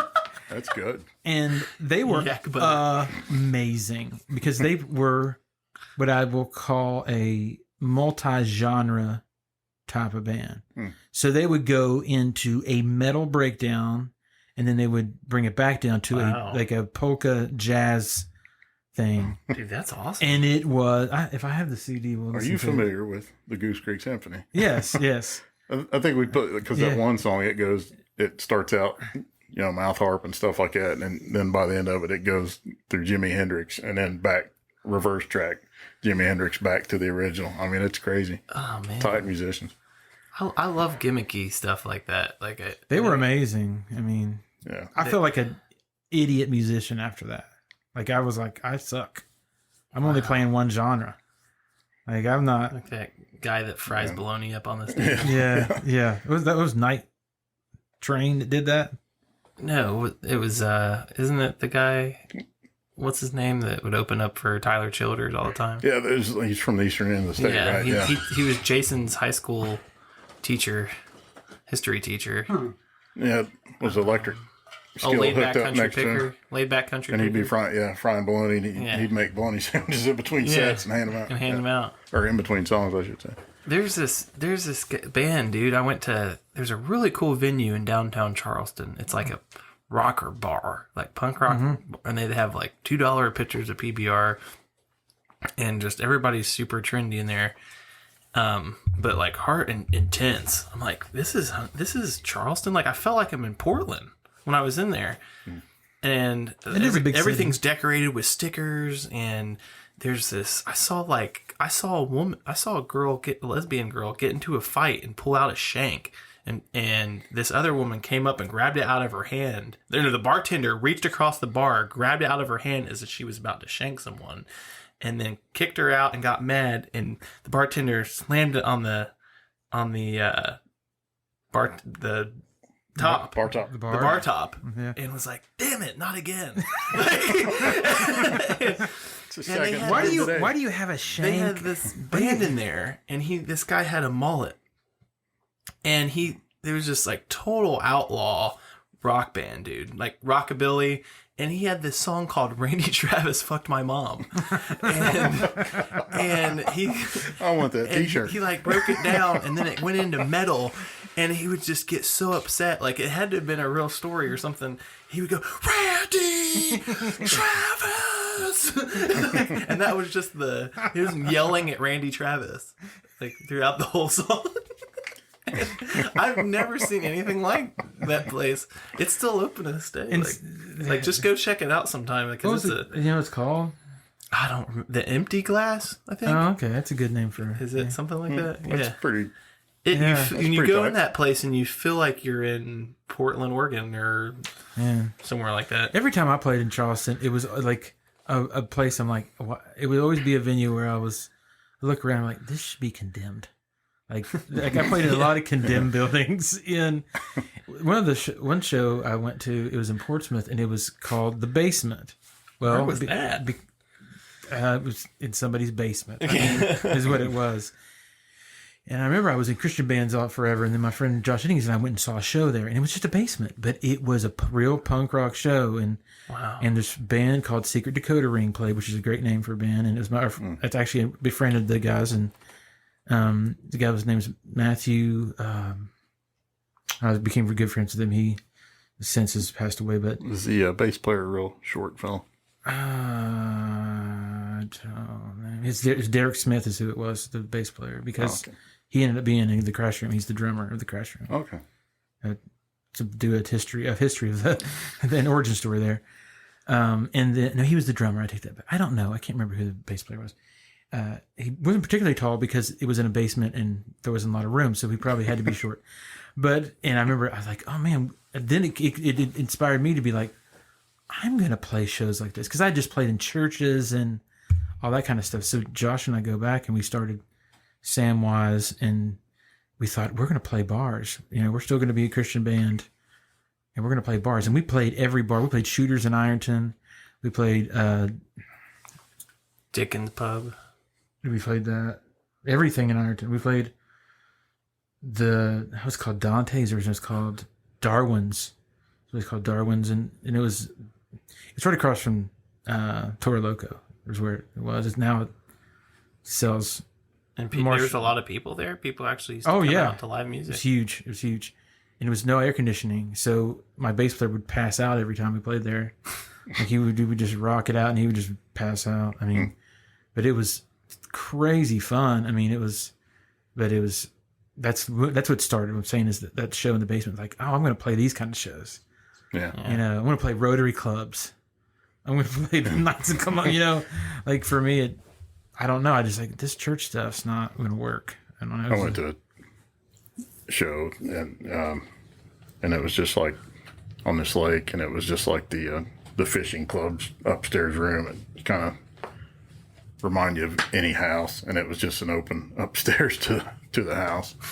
And this band, they always wrote songs about Portsmouth because they hated Portsmouth, you know. And it was just like, but it was, you know, punk band. It was good times, man. It was a lot of fun, a lot of energy. Remember the name of that band? The Convalescence, maybe. Convalescence. Wow. Okay. Very punky. Yeah. Punk has got a lot of, I mean, I don't like real hardcore punk. I just don't get into that. Like the Misfits, things like that. I respect them, but. Well, it was funny to me, there was a lot of junior high drama between, it was like there would be certain bands out there that they looked down their nose at. But then there was bands that they looked up to, like there was one called A Planet for Texas. I remember them. I played with them before. I opened up for them. right? Yeah, I opened up for them in Yeah. Portsmouth before. Yeah. Yeah, And I thought they were good. Yeah. They liked those guys, but anyway. Were they from Portsmouth and they were called Planet for Texas? They were from Columbus, or they were from what they said? Oh, I don't know. I never saw those guys. Yeah. It's a Portsmouth rock and roll scene. That's crazy, man. Where did all that go? You know the brewery? Yeah, I know they used to have a lot of shows I there. played there. I told you guys a story about that on here. About we're playing in the middle, and the lady stops us, and she's like, "Hold on, we're playing in the middle of the song," and she goes, and we go, "Okay, what's wrong?" And she goes, "Jimmy Simpkins, your mom's on the phone," you know. You know. P.S. Do not take the brown acid. Yeah, and it was just, I don't know. It was just like a, I don't know. We played with bands such as Absolute Hatred. We played that was a band, and Guerrilla Welfare. I know I've said that on here before, but it was I don't know. Just I was young.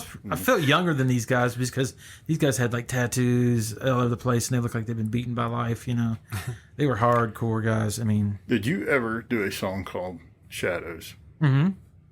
So I think I saw you one time in the way back in Ireton. Yeah, it's think called about- Shadows Surely Fade, which is the dumber name of the song, and it's on that blue CD. Was it? Yeah, it's on. Correct me if I'm wrong, but I think Scott was Scott. on the kit. Yeah, he was. Yeah, on that one. Yeah. Okay. It was the first time I learned about Drop D. And That's so, weird. Dum. yeah, I learned about Drop D, and I was like, it was my first song I wrote. Gosh, our paths crossed a Yeah. long time ago, Yeah. and we're just now realizing. Yeah. Wow. Yeah. Shadows Surely Fade. Yeah, and Scott loved that song. Scott Driver, shout out. He hears this.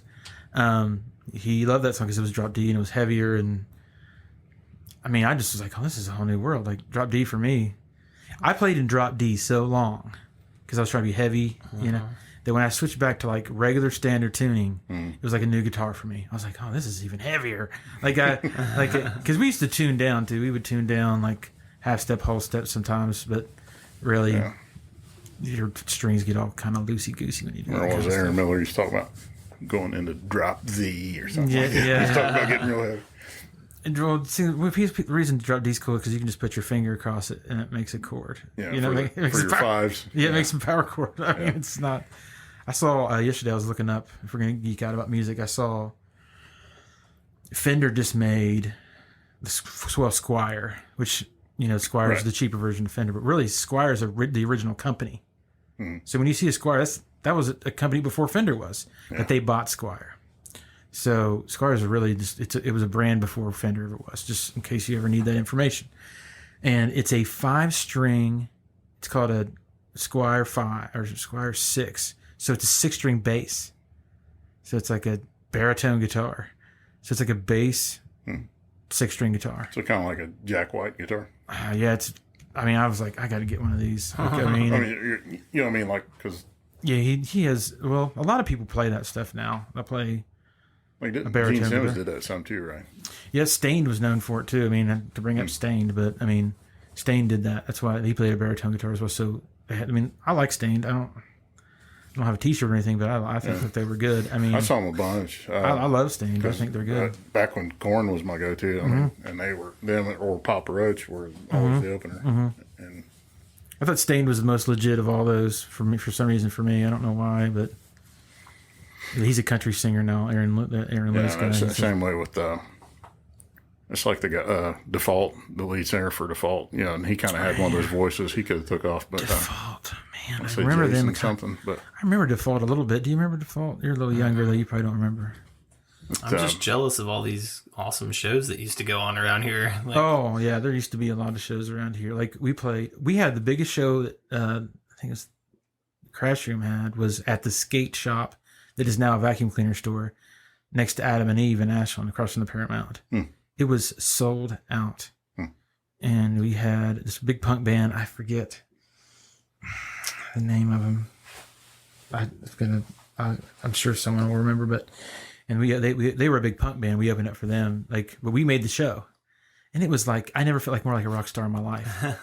Like every girl there was like, "Oh my gosh!" And it was killer. I mean, it was huge. But it's at the skate shop. I mean, it was perfect. You know, that kind of music and that kind of thing. So when I was even like freshman in college, like this was 2010, there was a little bit more of a music scene. Like I would go, like at least there would be like tattoo shops in Portsmouth would still like bring in a local band, you know, rockabilly guy or, you know, somebody they could afford. And now today it's just all dead. Like, and I mean, that was even before COVID. I was just like, there was no live music around here except for like, I don't want to mention the guy's name, like Bro Country, like spiking his hair up, like that kind of garbage. Like I don't want to listen to that, you know. Like, I thought about it. Or biker music, either one. That's it. I thought a lot of. I like biker music. I mean, what is biker music? What is that? Like Black Label. Black Label Society. Yeah, he's badass, but I'm not Texas into it. Hippie Coalition, Blackstone Cherry. I've never heard of the second one there. Huh. Texas Hippie Coalition. Yeah, he's pretty good. I've never He heard has of a that. song called "Pissed Off and Mad About It." The most stereotypical Pissed off and mad biker about it. song. Pissed off about it. Wheeler Walker Jr. I saw at a bike rally in Chillicothe. Oh, you been to the rodeo? Oh yeah, that was awesome. I never dude. went. I was. Oh, it's a blast. Yeah. I love biker rallies. Like, I mean, that's the only, like, basically the only place you can see live music I thought about it in the last couple of years and around here. about starting the music scene back up. Like, what could I do? What could I do? Yeah, the thing is, it's all these festivals now. These guys get a paycheck for a 45-minute set, you know, and they play 3 of them now. And it's like at the Reformatory, did you see they announced they dropped, you know, the all 3 days acts. September 11th, I think, is when it starts. But it's like, you know, Chevelle and you know, a couple bands that I like, but it's. I can't believe Chevelle's they're still not around. That's crazy. Yeah, but they're not knocking down near the lineups they were, you know, pre-COVID. Well, COVID's going to be totally. I mean, that's going to be a ramp up of the next 5 years. I'd say, 2 years from now, when guys can really get back in the studio and collaborate together instead of over the internet, I think you might see a real uptake. You might see, you know, what grunge was to glam rock. You know, you might see something else usher in. It wouldn't surprise me. Just You mean because like a new thing? Yeah, and I hope it's not hair bandish again, you know, because it's not my thing. I don't think it will. I don't know what's going to happen. There's so many bands. I mean, it's Yeah. And everything has to be trendy. Like the trendy indie pop or whatever is the biggest thing now. I've been to a couple shows with Jason. Like he would just be like, "Hey man, like you've never heard of this band, but you want to come?" I'm like, "Yeah, dude. Like I just want to see live music." We went and saw this guy, the Delvon Lamar organ trio.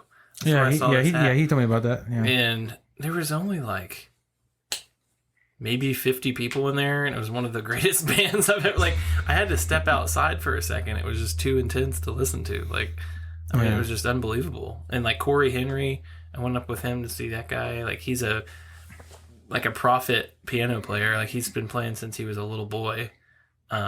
Like a biblical prophet? I mean, Prodigy. a prodigy. Prodigy, yeah. Oh, okay. I got confused. I was like, does he prophesy over people? He is religious. And he like stopped the show and like gave a whole like sermon about like stop having your phones out. Like, let's just all enjoy this moment. Like, while he was drinking white wine. Like, the guy's just like interesting cat. That sounds like Maynard. Yeah. White wine, no cell phones. Yeah. But I think there was maybe 100 people there or something. Wow. Like, it's just, there's like that scene is dead unless you can build up. It has to be like YouTube. It has to be TikTok famous, or it has to be like trendy and like indie depressed. Yeah. Indie depressed. I don't know. It's like those guys. If your song makes it onto a cell phone commercial, you're in. Right. You know, it's like the Alt Nation stuff. Like if you listen to Sirius Right. XM, yeah. Right. Which I tune in. You know, it's all. Oh yeah, I all listen to all Alt Nation. Yeah, but some of the stuff, like I don't want to listen to Billie Eilish. Like I really don't. Right. Like they. Do you know that she has 87 million Instagram followers? God. Wow. 87. I don't get it. Like she's good. Oh, she's amazing. I mean, I don't see that. I don't get the hype. I guess I don't. I mean, she's beautiful. She sings really. I mean, her voice is amazing. The music is Distinctive, good. too. It's good. That's the big. But it's not- You got to sound different than everybody else. It is really But good. why is that trendy out of everything? Why is that the trendy thing out of everything? You know, She's I just very, don't she's understand palatable to the masses. You know, she's not too abrasive. Like you can listen to it at the mall and no one's gonna say. You know what I mean? Like right. it's her voice is just straight up amazing. Let's just get real. Like it's different. Her brother and her worked on that in their little house. I mean, it's very good. I mean, Yeah, I'm not dogging considering her. the setup. no, but yeah. why is it so popular? Is what you're I'm saying. like, why is that popular Yeah. and not, whoever else? But it's very. She's like the Justin Bieber, the girl Justin Bieber at this point. Yeah, yeah, it's good. In reality, she is. I mean, I like Lauren Daigle a lot. I've heard that name. I don't really. She's a beautiful individual. My thing is, I get into Spotify and it recommends like the release radar. It knows what I want to hear. Yeah, And then there's the other one called Discovery, I think. it's mine used to do that too, but then my Your brother got a hold of your it going brother- down the road a couple times. your brother screwed it up. It's like I don't really I'd want to be hear pissed. Gloria Gaynor right now Because it has stuff I'm that I'm like, I mean, I don't even listen to, like, I don't, maybe sometimes I'll like, if I want to be in the car, I'll listen to Stone Temple Pilots or I'll listen to, Yeah. I love singing along with Stone Temple Pilots because I think I pretend. Yeah, and I feel and I They should cover don't them begin all, to karaoke. smell You feel her. like kind of high or something. It's Like, on the left here. You know, Yeah. like, like a lot of those grunge guys. They're kind of like their version of the country guys. You know, their wheelhouse range wise is is that makes them a little easier to cover. But I used to Maybe cover that's- AIC and STP a little bit. You know, in the old karaoke days when yeah, Alice in Chains is one. But I mean, most of the time, like I'll listen to some Alt J. I love Alt J. If you guys listen to them, I love them. I mean, they're in my top 5 at this point in my life. But my baby had a prodigal son. yeah, they're so weird. They're so weird that I just don't understand. If I don't listen Eeny, to meeny, miny, mo, and I get to check about a stone. Like, what, like, they're just kind of that sounds sounds very Primus right there. yeah, they did sound Primus. Maybe they're influenced by Primus. I didn't realize that. God, but Primus then, sucks. most of the time, I listen to music that I've never heard before. Like most of the time, I'll listen to stuff I've never heard in my life, and I'll save a song, and if something really gets my goat, I'll come back to it. I'll send it, but it's almost like I just run through it. I don't even really come back to stuff. Like maybe, Yeah, it's like you're just trying to skim the surface to find a hook, something reach out and grab you a little bit. Yeah, and if unless it's like an album, like I went back and I started getting into Black Sabbath a little bit, like because I never really got into Black Sabbath, and I was like, this is badass. Yeah, that's the way it was with Cobain and the whole grunge thing. It was the heyday had already hit. You know, Cobain was already gone by the time I was into it. I was still, you know, my feet were light and I had to move, so I was still in hip hop at the time. You know, so it was like I could dance a little bit. But then, you know, just I mean, it was a light switch moment. I was on my way to Cincinnati, and I'm 32, and there was something in a Stone Temple Pilots song that just resonated, and it was. I just remember the moment my genre switched right then. I was super into Dave Matthews when I was in college. And I hated everybody who liked Dave Matthews. I was like, Dave Matthews, man. I was all these, He's so whiny. all these popular girls love him. And then I heard Satellite. I was on the way to Six Flags. Satellite. And then but it's the reason I started playing guitar. Because I was like, that right? yeah, I said, I have to learn how to play. And I did. I learned a lot of Dave Matthews. And I had this thing. I was like, I want to play an acoustic guitar through a tube amp, which is really a bad idea in reality. But I wanted that sound. So that's what I got, and I started learning some Dave. And it really, I don't know, I loved him. I just thought he was great. And I went to a billion shows, and I still think Dave Matthews is awesome. He's a great guitarist. He's amazing. I mean, but I don't. He's kind of he picked up the talent later in life too, right? I mean, didn't he start as a bartender and he was watching guys in the back? He was an actor. Yeah, but he wasn't. He didn't come up through a band, right? I mean, he kind of watched them and then kind of took off. Yeah, he formed the Dave Matthews Band. Am I telling that right too? I think he was. I don't know how old he was. He was like maybe 25. I don't think he was that young. Yeah, well, that's still kind of yeah. If you're not, but they played shows and shows and shows. They played and played and played and played. Yeah. They just played shows, and they get the best musicians in the world. Yeah, I mean, he's got a hell of a band. I mean, and he's amazing guitar so it's player. kind of like the Beatles without the strip club. In Yeah, Germany. yeah. I mean, that's when he toured and toured and toured and toured and toured. And I mean, I don't know. I mean, except the Beatles was probably my first band I really got into, like hardcore. I was in a Beatles club in middle school. I like those guys. When I was like 8 or 10 years old, man, I was all about. I think everybody has a Beatles. Have you had a Beatles stage? Oh, of course. What would you say the best Beatles song is, in your opinion? The whole Help album, I guess, just Wow. Huh? Yeah. Not a lot of people say that. I know. Well, that's the only one that I had. Help is a great. Help's a great song. Yeah. Yesterday's on that, right? Mm-hmm. Yeah. Yeah. And Yesterday's a good song. Yeah. Oh yeah. You know what? It was a good songwriter. Babyface was saying that he, in his book, that's the only perfect song he's ever heard. Yeah. And Boyz II Men covered it on their Cooley High Harmony album. They did. It used to be you could just go play and then you'd probably get famous because people just actually, if you played enough, you started building enough of a following. Yeah. Yeah. That's how Bruce Springsteen got famous. He just played in Jersey all the time. Yeah. I don't even get Bruce Springsteen. I don't get it.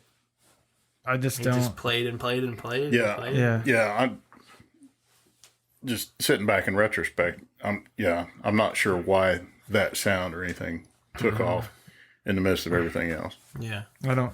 No, I'm not knocking his stuff. He's a good artist and stuff like that. No. But why he made it versus somebody Not at all. else that Not one that would bit. stand No out more. idea. That's kind of the question. I mean, I think you have to go out and Some of it's luck. I think a lot of it's just hard work and just doing it. You know what I mean? Like you have to go out. Combination of that and luck. You have to go out and do it for sure. I mean, I think you need to know your market too. You know, people,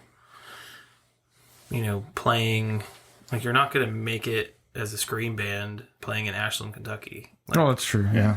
like you need, if that's what you want to do, you need to move somewhere else. Like I've heard there's outlaw country people starting to move to this area from other parts of the country in like Canada, trying to make it because this is where Sturgill and Tyler and all these people are making it out of. I love that stuff. I mean, I don't even like country, but I love outlaw. I love that kind of stuff. Yeah. I like a good storyteller, Yeah.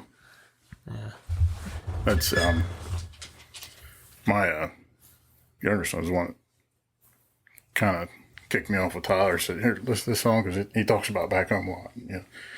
And my boy, he lives out of this area. He's not close to here, and I listened to it and I was like, "Man, he's talking about this county and that river or whatever." I mean, it's just like it was kind of neat to hear that somebody making it talking about this relative area. Right. Can't help but like it. Purgatory is a great So song. much more substance than Achy Breaky too. Yeah. Yeah.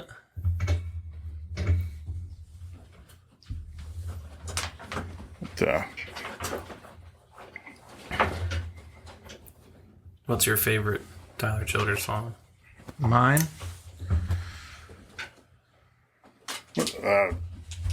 what's the one we were talking about? Keep your nose to the grindstone.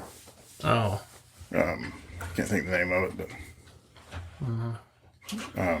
but that's that one kind of isn't it just Grindstone or something? might be. I don't get into, like, I don't know names of songs, really. I either like I just don't. I mean, I know if like I really love a band, like Thrice, love that band. Oh yeah, Love that band. Yeah, I used to listen to The Wait all the time. Just that one that song. they're but if you ask me, like, I'll say I like Sturgill Simpson. I don't know the names of this. I don't know the names of the. I know the Beatles because I was a kid and I just loved the Beatles, and You've got memory when you're a kid, you know. yeah. And now and as I listen to music now, I don't. That's true. That's true. Yeah, I don't really. I would say my favorite Beatles song. Gosh, I love Sgt. Pepper's Lonely Hearts Club Band. Oh, so good. That's a good one. Maxwell Silverhammer. No, I'm just kidding on that. What's the worst one's Penny Lane. That's the worst Beatles song, I Really? think. Yeah, I think. Me, I want to. Who told Ringo he could sing? Yeah, I'm going to leave it at that. But I like Ringo. yeah. He's a funny dude. But I'd like to be under the sea. Yeah, that's a real. It's good stuff. Though. I mean, it's how they change pace. But man, if I had to nail down one Beatles song, Which one would it be? probably Norwegian Wood. That's a good one. I'm trying to think of the White Album itself is amazing. I love Rocky Raccoon. That sounds like a weird song to like, but that's a good.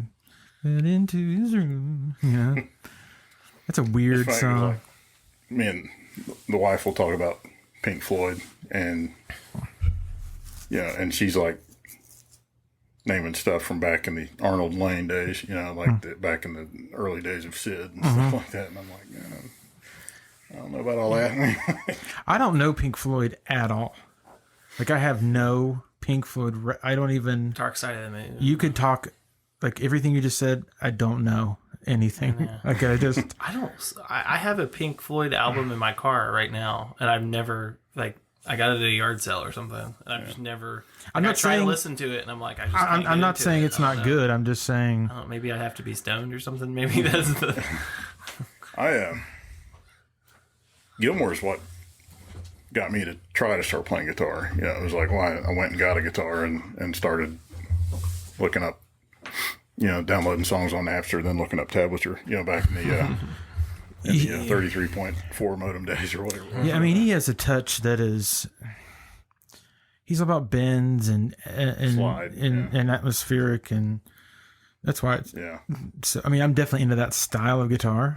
Like, that's what I love to play myself, but I don't know. Maybe one time when I was at UK, I heard this guy, and he was in the student union, like, yard or whatever, what's that called? And he was preaching, and he was saying, "You're all going to hell for masturbating," and all this crazy stuff, and it was just crazy. I was sitting there, what's this guy doing? And so he said, "I got saved at a Pink Floyd concert." and he said, I took a dose of heroin and I fell down and I met Jesus and all this stuff. I was like, that's how you got saved at a Pink Floyd concert? Like, you did heroin? Yeah, I was like, that seems like it was so maybe that's my Pink Floyd kind of. Well, that could have happened. I mean, why not? I mean, not saying it didn't happen. I'm just saying Pink Floyd makes me think of heroin, I think, or something. I don't know. I remember hearing, like The Wall for the first time and hearing all those kids singing in the background, because I was young enough. I was like, man, that's cool. They got kids to sing on that. Yeah. You hear it on the radio. Yeah. Didn't Nas do that too?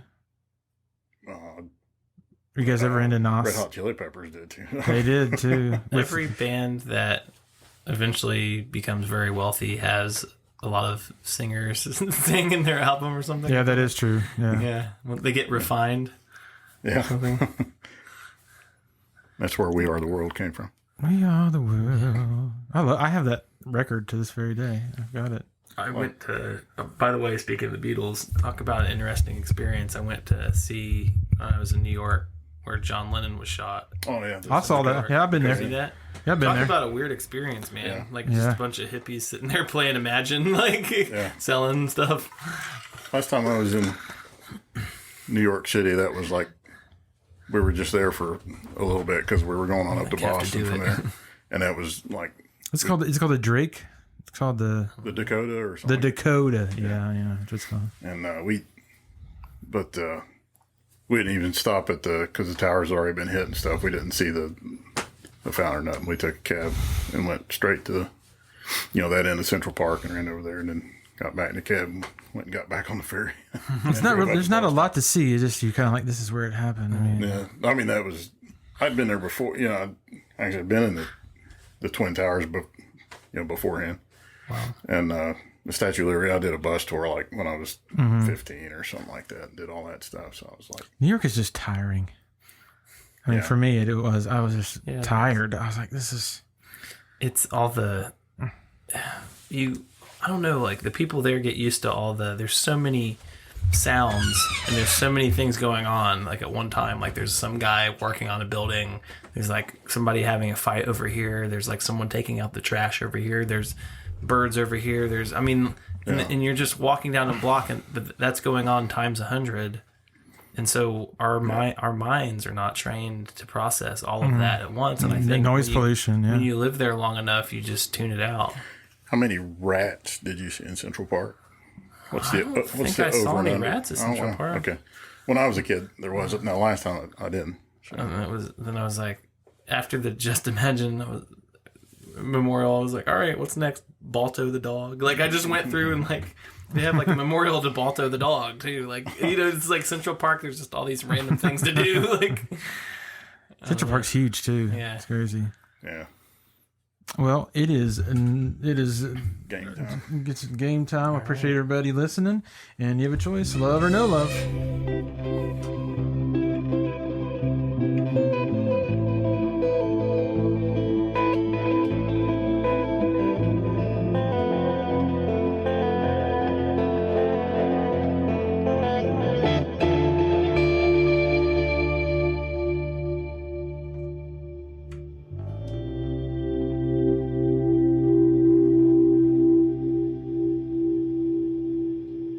Thank you for listening to the Invisible Wires podcast.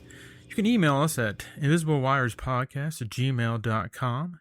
You can interface with us on Instagram at invisible_wires. We appreciate you listening, and we hope you have a great week.